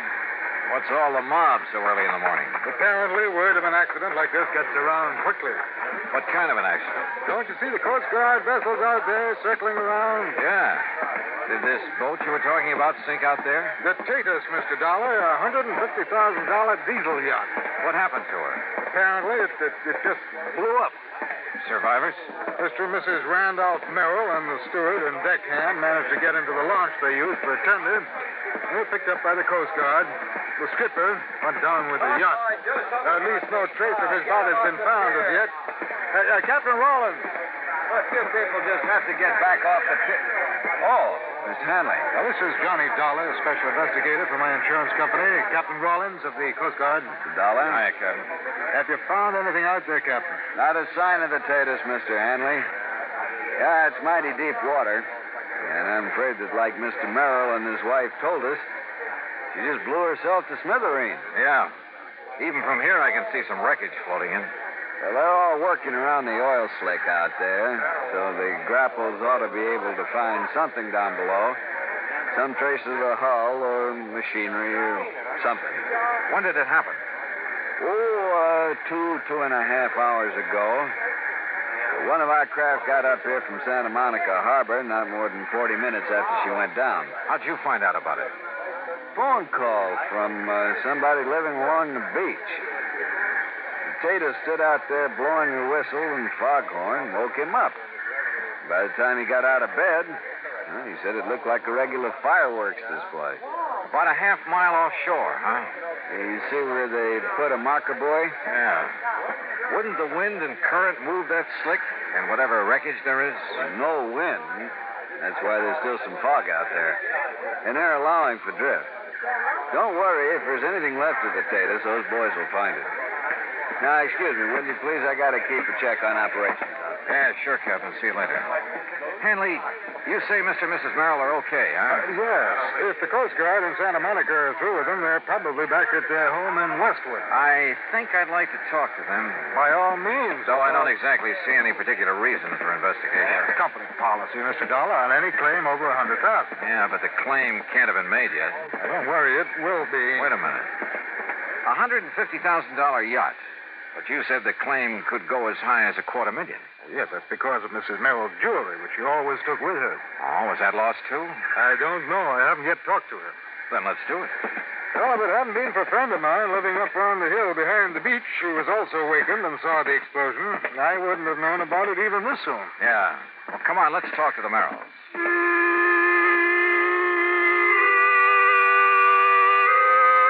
Pete Hanley had his own car, so I tailed him to the Merrill home in Westwood. It was in a nice, but certainly not a fancy section. I'd have thought a man with a $150,000 yacht would live in the snooty Bel Air property, the Brentwood Hills, Pacific Palisades. One of the sections that displayed a little more wealth. However, Mr. Merrill pretty well explained it. And quite frankly, when I had to take such a loss in selling out my plastics business, I decided we'd better retrench a bit. And really, Mr. Dollar, I don't miss that lovely big place we had in Bel Air one bit. After all, they're just the two of us, and we don't do a lot of entertaining. More coffee? No, thanks. As a matter of fact, Dollar, I was thinking of selling the taters for, well, to be frank about it, for purely economic reasons. Oh? Wouldn't it have been pretty hard to get your price for a boat like that? Possibly. Quite frankly, the maintenance on it alone became quite a burden after I lost my business. But no matter. Now the insurance will pay for her. Mr. and Mrs. Merrill, there is one thing that I must find out. Yes, Mr. Hanley. Mrs. Merrill's jewelry. No, thank heavens. No, that's safe. Oh, careful, dear, of the glass top on that table. Oh, sorry. No, you see, Mr. Hanley, the jewels were the first thing I thought of when the engine on the Tatus started making funny sounds and woke me up. Well, I am glad of that. Here they are, all safe and sound in the little casket I keep them in. Oh, look at them, Mr. Dollar. Aren't they beautiful? Yes, very. But now suppose you tell me just what happened out there on the yacht. They said they'd been cruising peacefully up the coast, all hands on board asleep except for the skipper at the wheel. Then the engine started making strange sounds, shaking the whole yacht. The Merrills and the crew jumped out of their beds and rushed on deck.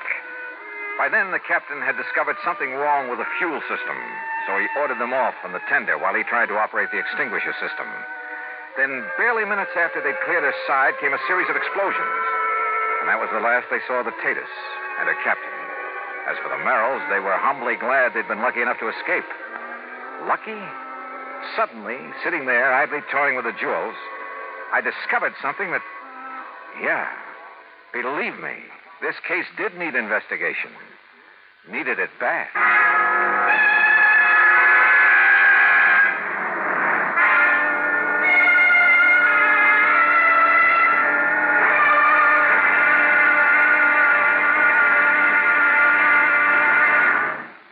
Act 2 of yours truly, Johnny Dollar, in a moment. And now for another episode in the life of Sergeant Donald Bellwether, my husband.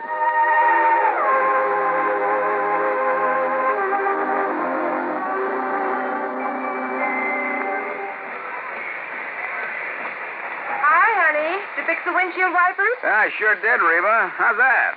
Oh, you fixed them. Good for you, Donald. Thank you, my dear. Well, that's that. Now, if it rains, we're prepared for it, huh? I feel better now. Oh, me too.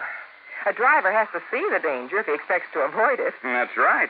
And also keep the back and side windows clear in rain and snowy weather. That's right. Oh, how about the horn? The horn? The horn doesn't work, Sergeant. Aren't you going to fix it? No, I don't think so. Frankly, Reba, I hate horns. Whenever there's a traffic jam, the first thing some guys do is blow their horn. Which does absolutely no good. Of course not. All it does is jar everyone's nerves. No, I don't think I'll fix the horn. Oh, but now wait a minute, Don. Look, supposing we're driving along and suddenly we see a youngster on his bicycle headed right out into the street. Sounding that horn will warn him and possibly avoid a tragic accident. Yes, that's true, but... Or supposing we're driving on the highway and just as we're about to pass a car, that car decides to pull out into our lane and pass the car ahead of him. He obviously doesn't see us, and he won't hear us shout. But one little beep on that horn, and he'll automatically scoot back and avoid a collision. Reba, you've convinced me. Even though it can be a nuisance, the automobile horn is a necessity. Then you'll repair it? Immediately. Oh, that's my Donald. That's my doll.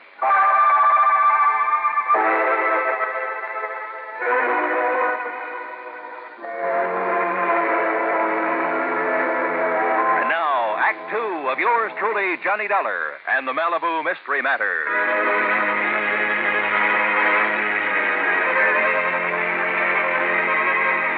Remember when you were a kid and first found out about how mercury would plate a piece of gold, make it look like silver? How you went around putting it on everything made of gold that you could find? And remember when you first learned that a diamond could put a scratch on glass? How you went around with your mother's engagement ring, cutting grooves in window panes, glass tabletops, and so on? Okay. Sitting there, listening to the Merrills tell about the explosion on their yacht, I toyed with some of the beautiful jewelry Mrs. Merrill had been able to save. Jewelry insured for $100,000. Absent-mindedly, I dragged the diamond in one of her rings across the glass top of the coffee table a couple of times. Then again with pressure. And it did not cut into the glass. I tried a couple of the other so-called diamonds among her jewels. Same result. No result. Those highly insured jewels were paste. Well, Mr. Dollar, it looks like we have the whole story now. Yeah, it sure looks that way. And, Mr. Merrill, whenever you're ready, you just file your claim and we'll take care of it. All right, Mr. Hanley. And quite frankly, well, why kid about it? Now that I've lost my business, I can well use the money. Oh? Then I'm kind of surprised you haven't sold some of these jewels. Dollar, there is a thing called sentiment that even money can't buy. Why, of course, Mr. Dollar. Before I part with these jewels... Yes, I'm sure. Shall we go, Hanley?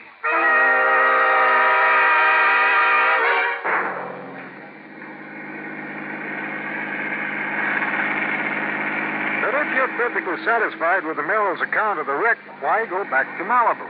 Did I say I was perfectly satisfied, Hanley? Look, wouldn't you feel a lot better if that wreck could be located, maybe brought up for examination? Well, yes, but you're certainly lucky Mrs. Merrill saved that fortune in jewelry. What jewelry? What are you talking about? You saw it yourself. Did I? And it's covered for $100,000. That jewelry that she showed me? Of course. What are you getting at, Dollar? Look, I take it Merrill's business came a cropper, huh? Why, yes, he simply bit off more than he could chew. You know, overestimated his market, overexpanded. Matter of fact, I've been thankful these past couple of years that I didn't fall for his pitch and invest in it. Merrill's quite a promoter, you know. You mean a crook? Well, I didn't say that, no, but his Bel Air estate, where they used to live, his yacht, her jewelry, that sort of thing. They were all to impress the people he got to finance his ventures. A real fast guy was somebody else's buck, huh? Yeah, I guess you could say that about him. So that's why you wanted me to investigate this so-called accident to his yacht? No, not at all, as I told you. What do you mean by so-called? Hanley, you say a friend of yours actually saw the explosion. That's how I learned of it almost as soon as the Coast Guard. But now... And if you know the address, that's where we're going. I told you, he lives up on a hill overlooking Malibu Beach. Only first we're going to stop at the Santa Monica Coast Guard station and pick up a chart or two. Why? Also, if you know a good surveyor, we'll take him along with us. Dollar? Yeah, Hanley? I've got an idea that may save your company a lot of money.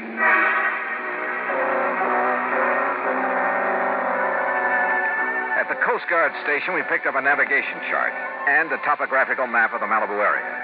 Then we picked up a surveyor named Barkley, who dragged along one of those tripod surveying instruments. Then on to the house of Hanley's friend up in the Malibu Hills. And from him, we got some information that began to bear out some of my suspicions. Yeah, that's right. That's right. When I heard the yacht's whistle and the foghorn, I hopped out of bed and I stood right here in this doorway to the porch. Uh-huh. Leaning against it the way you are right now, Mr. Duncan? Yeah, that's right, yeah. Well, of course, it was so dark, it was so foggy out there over the ocean. I was about to go back to bed, and then, boom, the boat exploded. Where? Oh, I can tell you exactly where. From here, that is. What do you mean? Well, the flash it made. It was, right square between those two trees. All right, Mr. Barkley. Set up your transit and get a line on that. Yep. Then plot the line on this map. Right. Dollar, look. You look, Hanley. See that marker buoy where the Coast Guard boats are looking for the wreck? Well, the line Mr. Dobkin has given us is nowhere near that. Well, yeah. Mr. Dobkin, do you suppose any of your neighbors heard the noise and got up for a look? I certainly would think so. Then we really have something to work on. But, Dollar, I still don't understand. You will, Mr. Hanley. You will. Plenty. Act 3 of yours truly, Johnny Dollar, in a moment. Times have changed, and so has the man. How often do we hear the phrase, those were the good old days? But were they? Let's look at the record.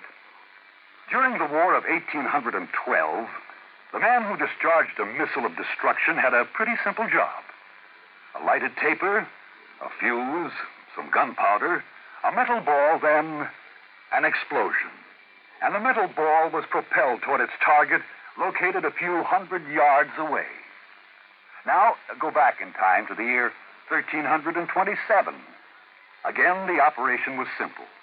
The taper, the gunpowder, but this time, an enlarged arrow fitted into a block of metal. A man in mail, a smoky explosion, and the arrow flies a few hundred feet. Now, come up to the present. Seated before a complicated control panel is another man, ready to discharge a missile. He, however, is a far cry from that artilleryman of 1812 or the cannoneer of 1327. This man is a skilled, tutored technician. He knows his job. He pushes a button, and a sleek, slim, pointed missile blasts its way into the heavens. Its trajectory has been predetermined by other men with modern-day technological know-how.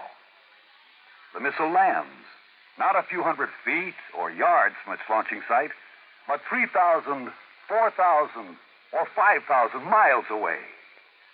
Quite a difference, isn't it? Yes, times have changed, and so has the man.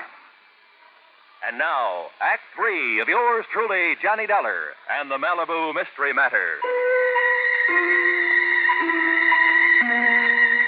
Pete Hanley, the insurance man, and Barkley, the surveyor, and I continued our interviews of people living along Malibu Beach who'd seen the yacht explode. Yes, sir. I just rose right up in bed, and I could see straight out my front window. And you saw the actual explosion, Mrs. Gray? I certainly did. Right out through there. Good, thank you. Okay, Mr. Barkley, get a bead on it with your surveying instrument, then plot it on the map. Right you are, Mr. Dollar. That's right, sir. I see the flash right the other side of that big oleander bush out there in the yard. And you were standing right here, Mr. Phillips? Exactly here, yes, sir. Why, it like lit up the whole sky. Okay, Mr. Barkley. Right? Why, even through the fog I could see it just plain as day. I'll say I did. Gee. You see, we was having a little party, and I was just going in the kitchen to make us some scrambled eggs. Yes, well, now, just where... You know how it is, after being up all night and having some drink. Well, where were you standing? When the whistle started and the foghorn, we came out here. Right where you're and standing all now? of a sudden, Bluey. Gee, me and my friends, we thought it was the 4th of July all Okay, over Mr. again. Barkley, And gee, you what a take over. noise. Yes, sir.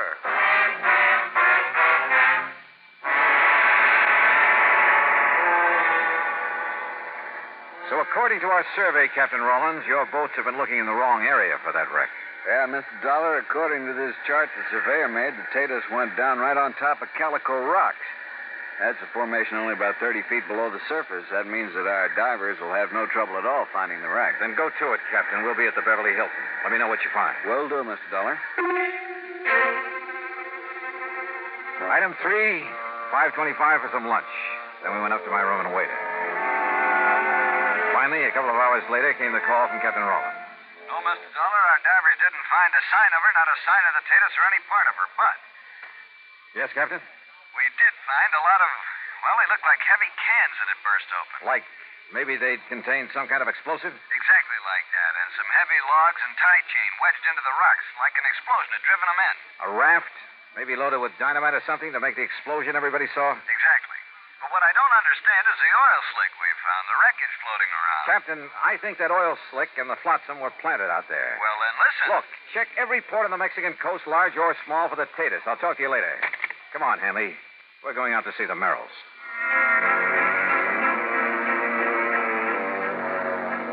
On the way out to Westwood, I wondered. I was satisfied. I was sure. I knew just how Merrill had pulled his little fraud. Little? What's little about a few $100,000? But I needed more than that for the sake of the insurance company who'd have to prosecute. So when we got there, I decided to try a bluff. Come in, Mr. Dollar. Mr. Hanley. I didn't expect to see you back here so soon. Yes, won't you gentlemen sit down? Merrill, I think you ought to know the Coast Guard finally found something out there off Malibu. Oh? Yeah. The remains of your skipper on the Tatus. What? That's impossible. Nancy. Also, evidence that he'd been murdered. Murdered? Probably by you, Merrill. No, he's still alive. What? Wait, Nancy. Can you prove it? Yes. Or would you rather have your husband charged with his murder? No. He's in Mexico with the yacht. Nancy, be quiet. That's what I figured. At some remote little port on the coast of Mexico, he and the Tatus. Dollar. Where the yacht can be completely gone over, disguised. Meanwhile, of course, you thought you'd collect the insurance on her because of the completely phony wreck you almost got away with, thanks to the fog and the darkness. Nancy, you fool. I could... All right. How did you find out, Mr. Dollar? Your wife's phony jewels tipped me off that you're not exactly paragons of virtue. Phony, Mr. Dollar? Paste, Hanley, and nothing else. And I'll lay odds they'll sell the originals, that they plan to carefully lose the fakes. Why didn't they claim to lose them in the wreck? Oh, that would have been overplaying their hand. Apparently, having saved those jewels made the wreck look all the more legitimate. But the really clever stunt was dumping oil on the water and some odd bits of wreckage away from the spot where they blew up the raft. Yeah, it almost kept the Coast Guard from finding the cans of explosives they'd used for the little fireworks display. But, Merrill, the only thing around here that's been sunk is you. Dollar, I'll fight you and this insurance company with every legal trick in the book. You know something, Mr. Merrill? I don't think you'll get to first base.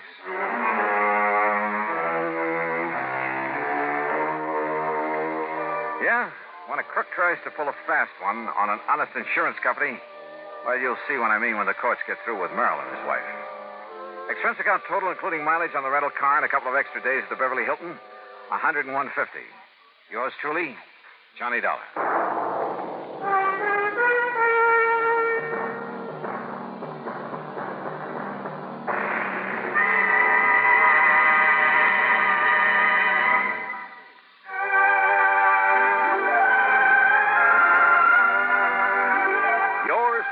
Johnny Dollar, starring Bob Bailey, originates in Hollywood and is written, produced, and directed by Jack Johnstone. Heard in our cast were Paula Winslow, Eleanor Audley, Gene Tatum, Ben Wright, Harry Bartell, Will Wright, Lawrence Dobkin, and Barney Phillips.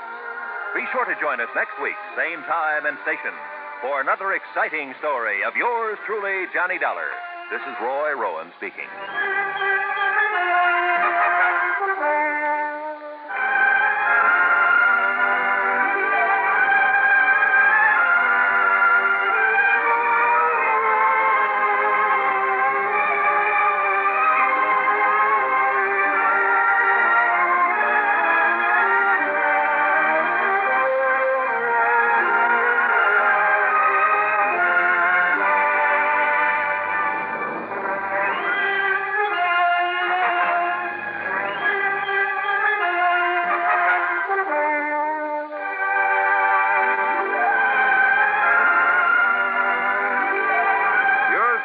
Johnny Dollar has been a presentation of the United States Armed Forces Radio and Television Service. Johnny Dollar. Doesn't this nice weather kind of get under your skin, Johnny? Who's that? Make you want to be sitting in a boat on Lake Mojave, hauling in 5- and 6-pound bass? Maybe a really big one? Buster. That's right, Buster Faber. Where are you? Where are you coming from? Right here at Lake Mojave Resort. And, Johnny, I've just picked up a new spinning rod and reel that I think you ought to give a workout. Oh, you dog. You know I have to work for a living, and, brother, I mean work. Isn't it pretty hard, huh? Too hard. Well, then it's time for you to relax a bit. Yeah, I know, but... Live longer, Johnny. You know the old saying. What old thing?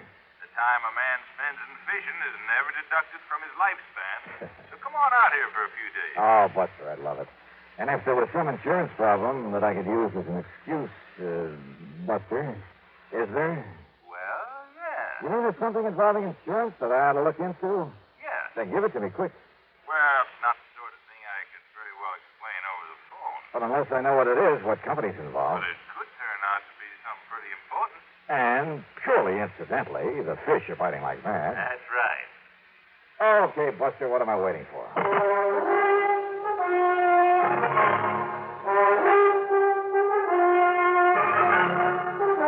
Bob Bailey in the exciting adventures of the man with the action-packed expense account.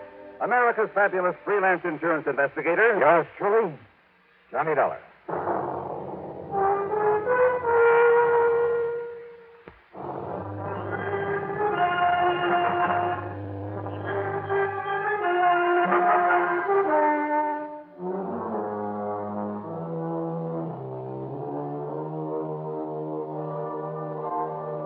Expense account submitted by Special Investigator Johnny Dollar. To the Greater Southwest Insurance Company, Los Angeles office, attention Mr. Royal J. Harkin. Following is an account of expenses incurred during my investigation of the frantic fisherman matter.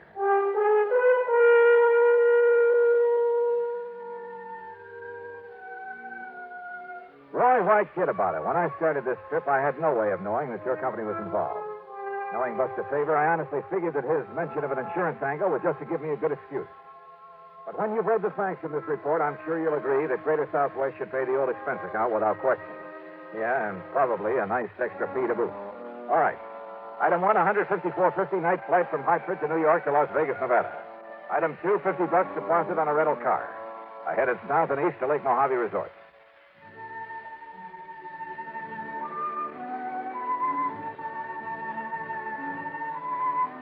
To me, this place is the answer to a fisherman's prayer.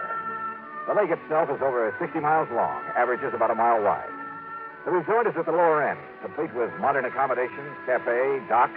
Well, just about everything you could ask for. Ham Pratt, the general manager, Buster Faber and his wife Marilyn are the salt of the earth.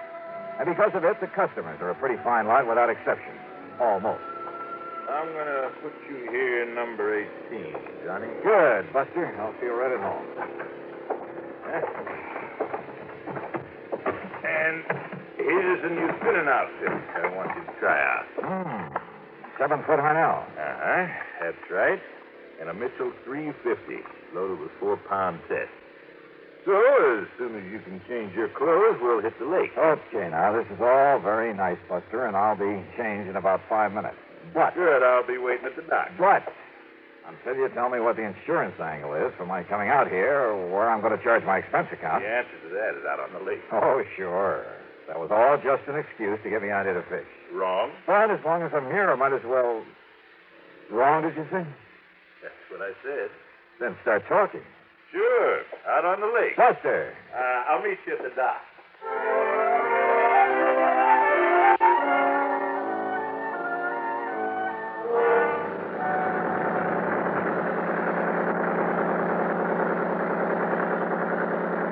The big 35 on Buster's boat moved us up the lake at an easy 30 knots. The day was clear, the weather warm. I could hardly wait to break out the tackle and get started. But Buster carefully passed up half a dozen holes where I knew there were fish. Instead, we kept going 5 or 6 miles up beyond the power line crossing. And then finally we nosed into a long, narrow, L-shaped cove. It extended back from the main body of the lake a couple of 100 yards, with flat, rocky walls on either side. At the end, it angled off to the left for perhaps 100 feet. I knew there was a very deep hole there, but as we idled in toward it, I noticed another boat back there. And the man in it seemed to be using a mighty strange fishing technique. He had a long, heavy saltwater rod in his hand, and from the bend in the tip of it... Now, how about that? Somebody feed us into this spot. We'll swing around and... Oh, fine.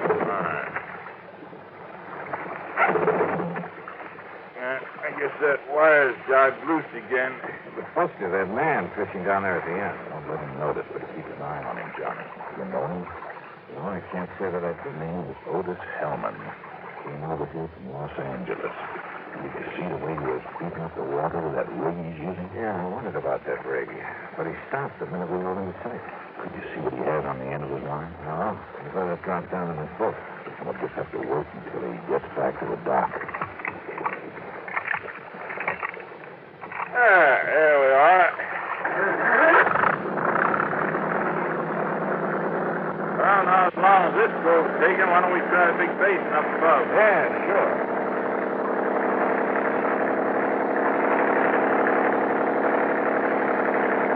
Now, what did you mean, Buster, about that man in the coat? Where'd you get a close look at that rig he's using? Wait a minute. Otis Hellman, did you say? That's right. In all the papers last week when he got out of prison over in California. Yeah, sure. Yeah. Fishing, huh? At the end of that same code, day after day. But if you ask me, that man isn't after fish.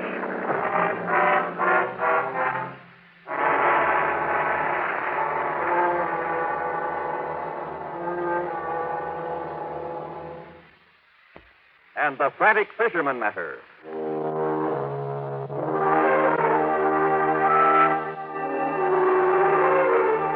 Buster Faber and I went up to Sculpture Rock there on Lake Mojave. We caught fish, plenty of them. Nice big lunker bass. We also kept an eye open for the man who'd been so frantically working the little cove on the way up, using heavy saltwater tackle in a rather peculiar way. At sundown, we saw him pull out and head back to Lake Mojave Resort. So we followed him and set our speed to arrive at the dock just ahead of us.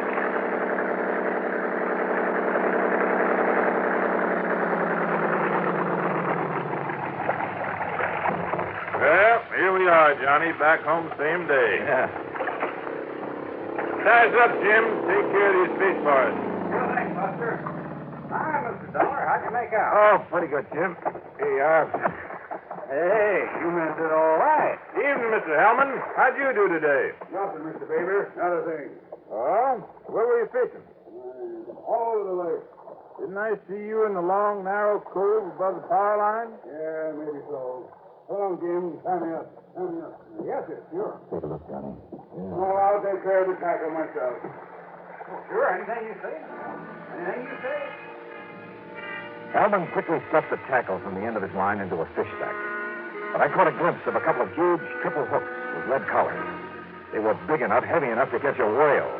A respectable freshwater bass couldn't even get one of them into his mouth. Back in my room over a scotch and soda, Buster and I talked about it. When I asked him, Johnny, the first day he came here, he muttered something about trying to snag some carp with that rig. Snag some carp? But if you noticed up there in that cove before you saw us looking at it. Yeah, he was right over the deep hole at the end of it. The only place I've ever seen him fishing.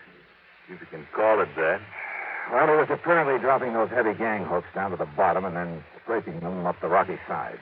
Like a grappling hook, Johnny? Right. Yeah, he's trying to snag something down there, all right, Buster. But it's certainly not carp. Have you tried dropping a line down there to see what you might hook onto? Well, you can't get near the place because he's always there. Even at night? Well, no, but Johnny, you know what I think it is? And he's just got out of jail, too, remember? I remember. Well, Johnny, I think there's a body down there. And for some reason, he's trying to bring it up. Could very well be. Yes, sir. And that's why I called you. Well, okay, Buster. I'll see what I can do.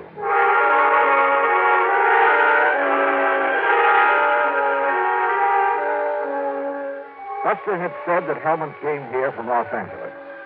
Well, there was a man in L.A. who was a veritable fount of information. Roy J. Harkins at Greater Southwest Insurance. It was evening now, so I put in a call to his home. I paid him through 85 cents, and he had plenty for me. Of course I know who Otis Hellman is, Johnny. When he and that partner of his walked out of McKinney Mining Supply with $60,000, and in cash, mind you, we had to make good on it. Is that why Hellman was sent to prison, Roy? Yeah. For complicity in that job, though, I believe his partner was the one who really did it. Who was the partner? Another old prospector named Oscar Kirkman. Kirkman. Is he still in jail? Oh, he disappeared, Johnny. Just before he was to go to trial. And the money? Not a penny of it was ever found. So if you have any ideas about how and where you might recover it... Sorry, Roy. But if you're interested in Kirkman's body, I might be able to find that for you. What? Or what's left of it.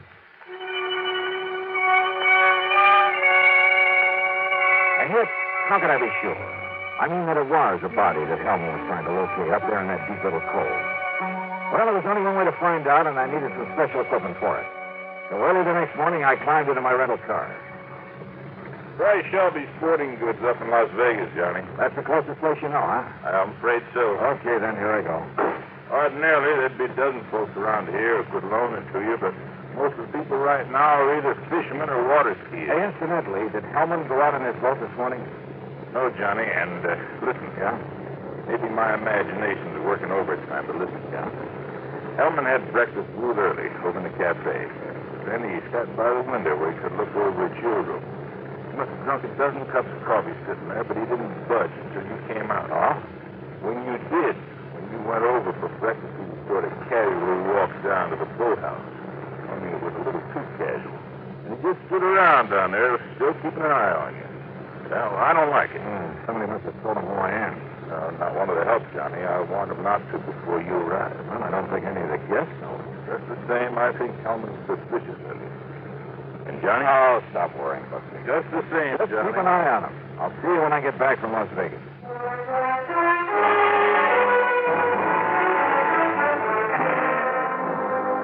It was nearly 100 miles to Vegas, and I made it in 2 hours flat.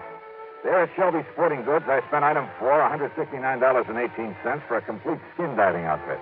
Fins, faceplate, diving tank, and regulator, a powerful waterproof headlamp, and, yeah, a passionate pink pair of swim trunks. There you are, partner. You going to do your skin diving over Lake Mead? Down at Mojave. Oh. The last time I outfitted a man for down there was a couple of years ago. A man called himself a miner, a prospector. Oh? Yeah, rented $150 worth of stuff to him and never got it back. Hey, wait a minute. You know what his name was? Sure. In spite of the fact that he gave me a phony one, it was right after that his picture was all over the papers with his partner, that other crook named Otis Hellman. And his name? Rings a bell, doesn't it, partner? It sure does, Mr. Sure. While Hellman took the rap, this one disappeared. Name was Oscar Kirkman. Mister, you've just given me a wild idea. That's all? Just wild enough to make some sense. Yeah, and help me solve a case. Solve a case? What kind? Who knows? Maybe murder, among other things.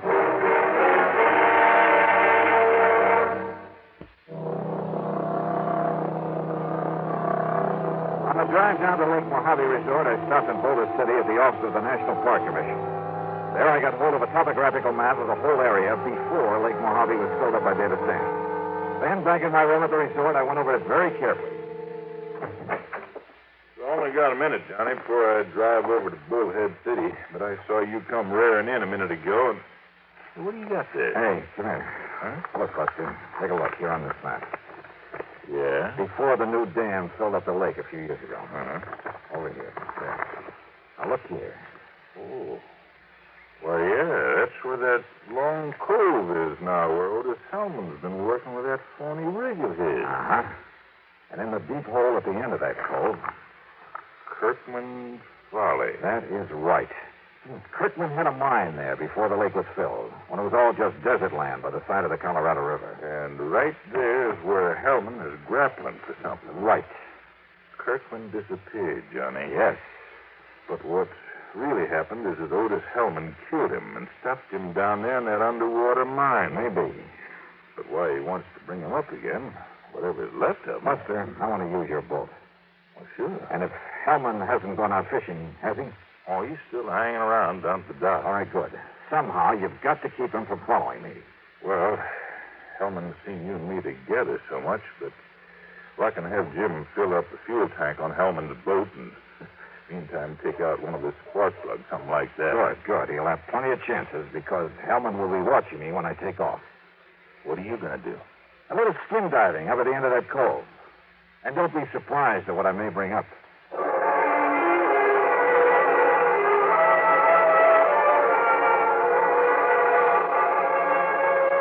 Hellman was still at the dock, and I thought he kept his eyes only on me as I piled the skin diving stuff into Buster's boat. Meantime, Jim went through the motions of fueling up his motor. Then I took off and, with the throttle wide open, drove up the lake to the long L-shaped cove. At the end of it, where the deep hole was, I tied up to an overhanging rock, put on swim trunks, faceplate, slippers, and tank, and gently let myself over the side.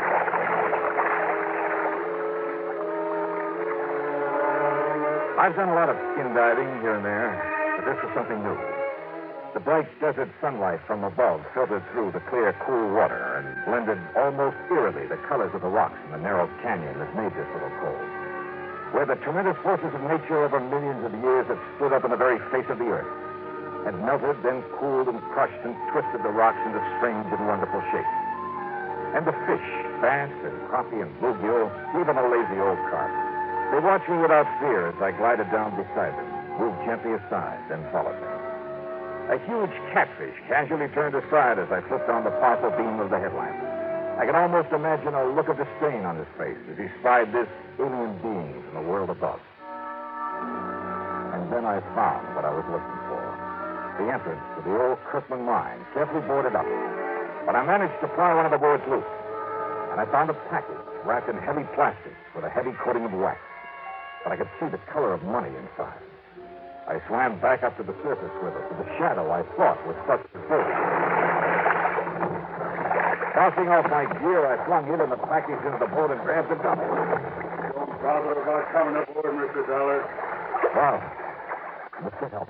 I convinced him that he should replace the spark plug in my motor that you had him removed. Well, good for you. You saved me a lot of trouble, Dollar, locating and recovering the money for me. Now that I have it... Look, if you'll aim that thing the other way... Did you also find the remains of Oscar Kirkman down there? Now, listen, Hellman. It don't matter. After I've killed you, you're going to join him down there with his anchor tied to your feet. Thanks again, Mr. Oh, no, you... I kicked with all I had and overturned the boat. As he entered the water, Hellman fired again. A concussion hit his throat, but he dropped the gun, and with the help of the fins of my feet, I was able to turn him, to grab him around the neck and drag him down.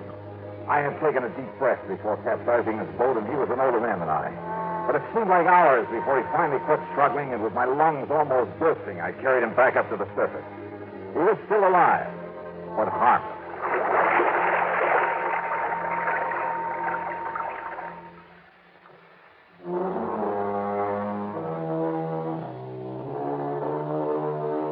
Buster, bless his heart, had been worried when he saw Hellman follow me up the lake. So he had borrowed a boat and was waiting for us there at the end of the cove. Otis Hellman? Well, that's up to the court. The money, of course, all $60,000 of it will go back to the company. Small expense account total, including all the incidentals I could think of and a couple of days of good fishing, $650.85. Yours truly, Johnny Dollar.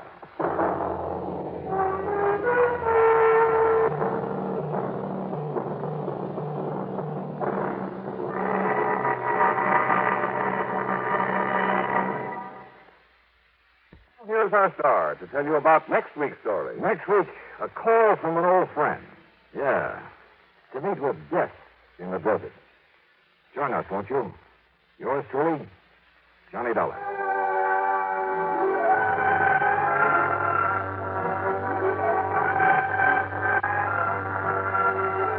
Yours truly, Johnny Dollar, starring Bob Bailey, originates in Hollywood and is written, produced, and directed by Jack Johnstone. Heard in our cast were Barney Phillips, Sam Edwards, Bartlett Robinson, Forrest Lewis, and Ralph Moody. Be sure to join us next week, same time and station, for another exciting story of yours truly, Johnny Dollar. This is Jim Matthews speaking.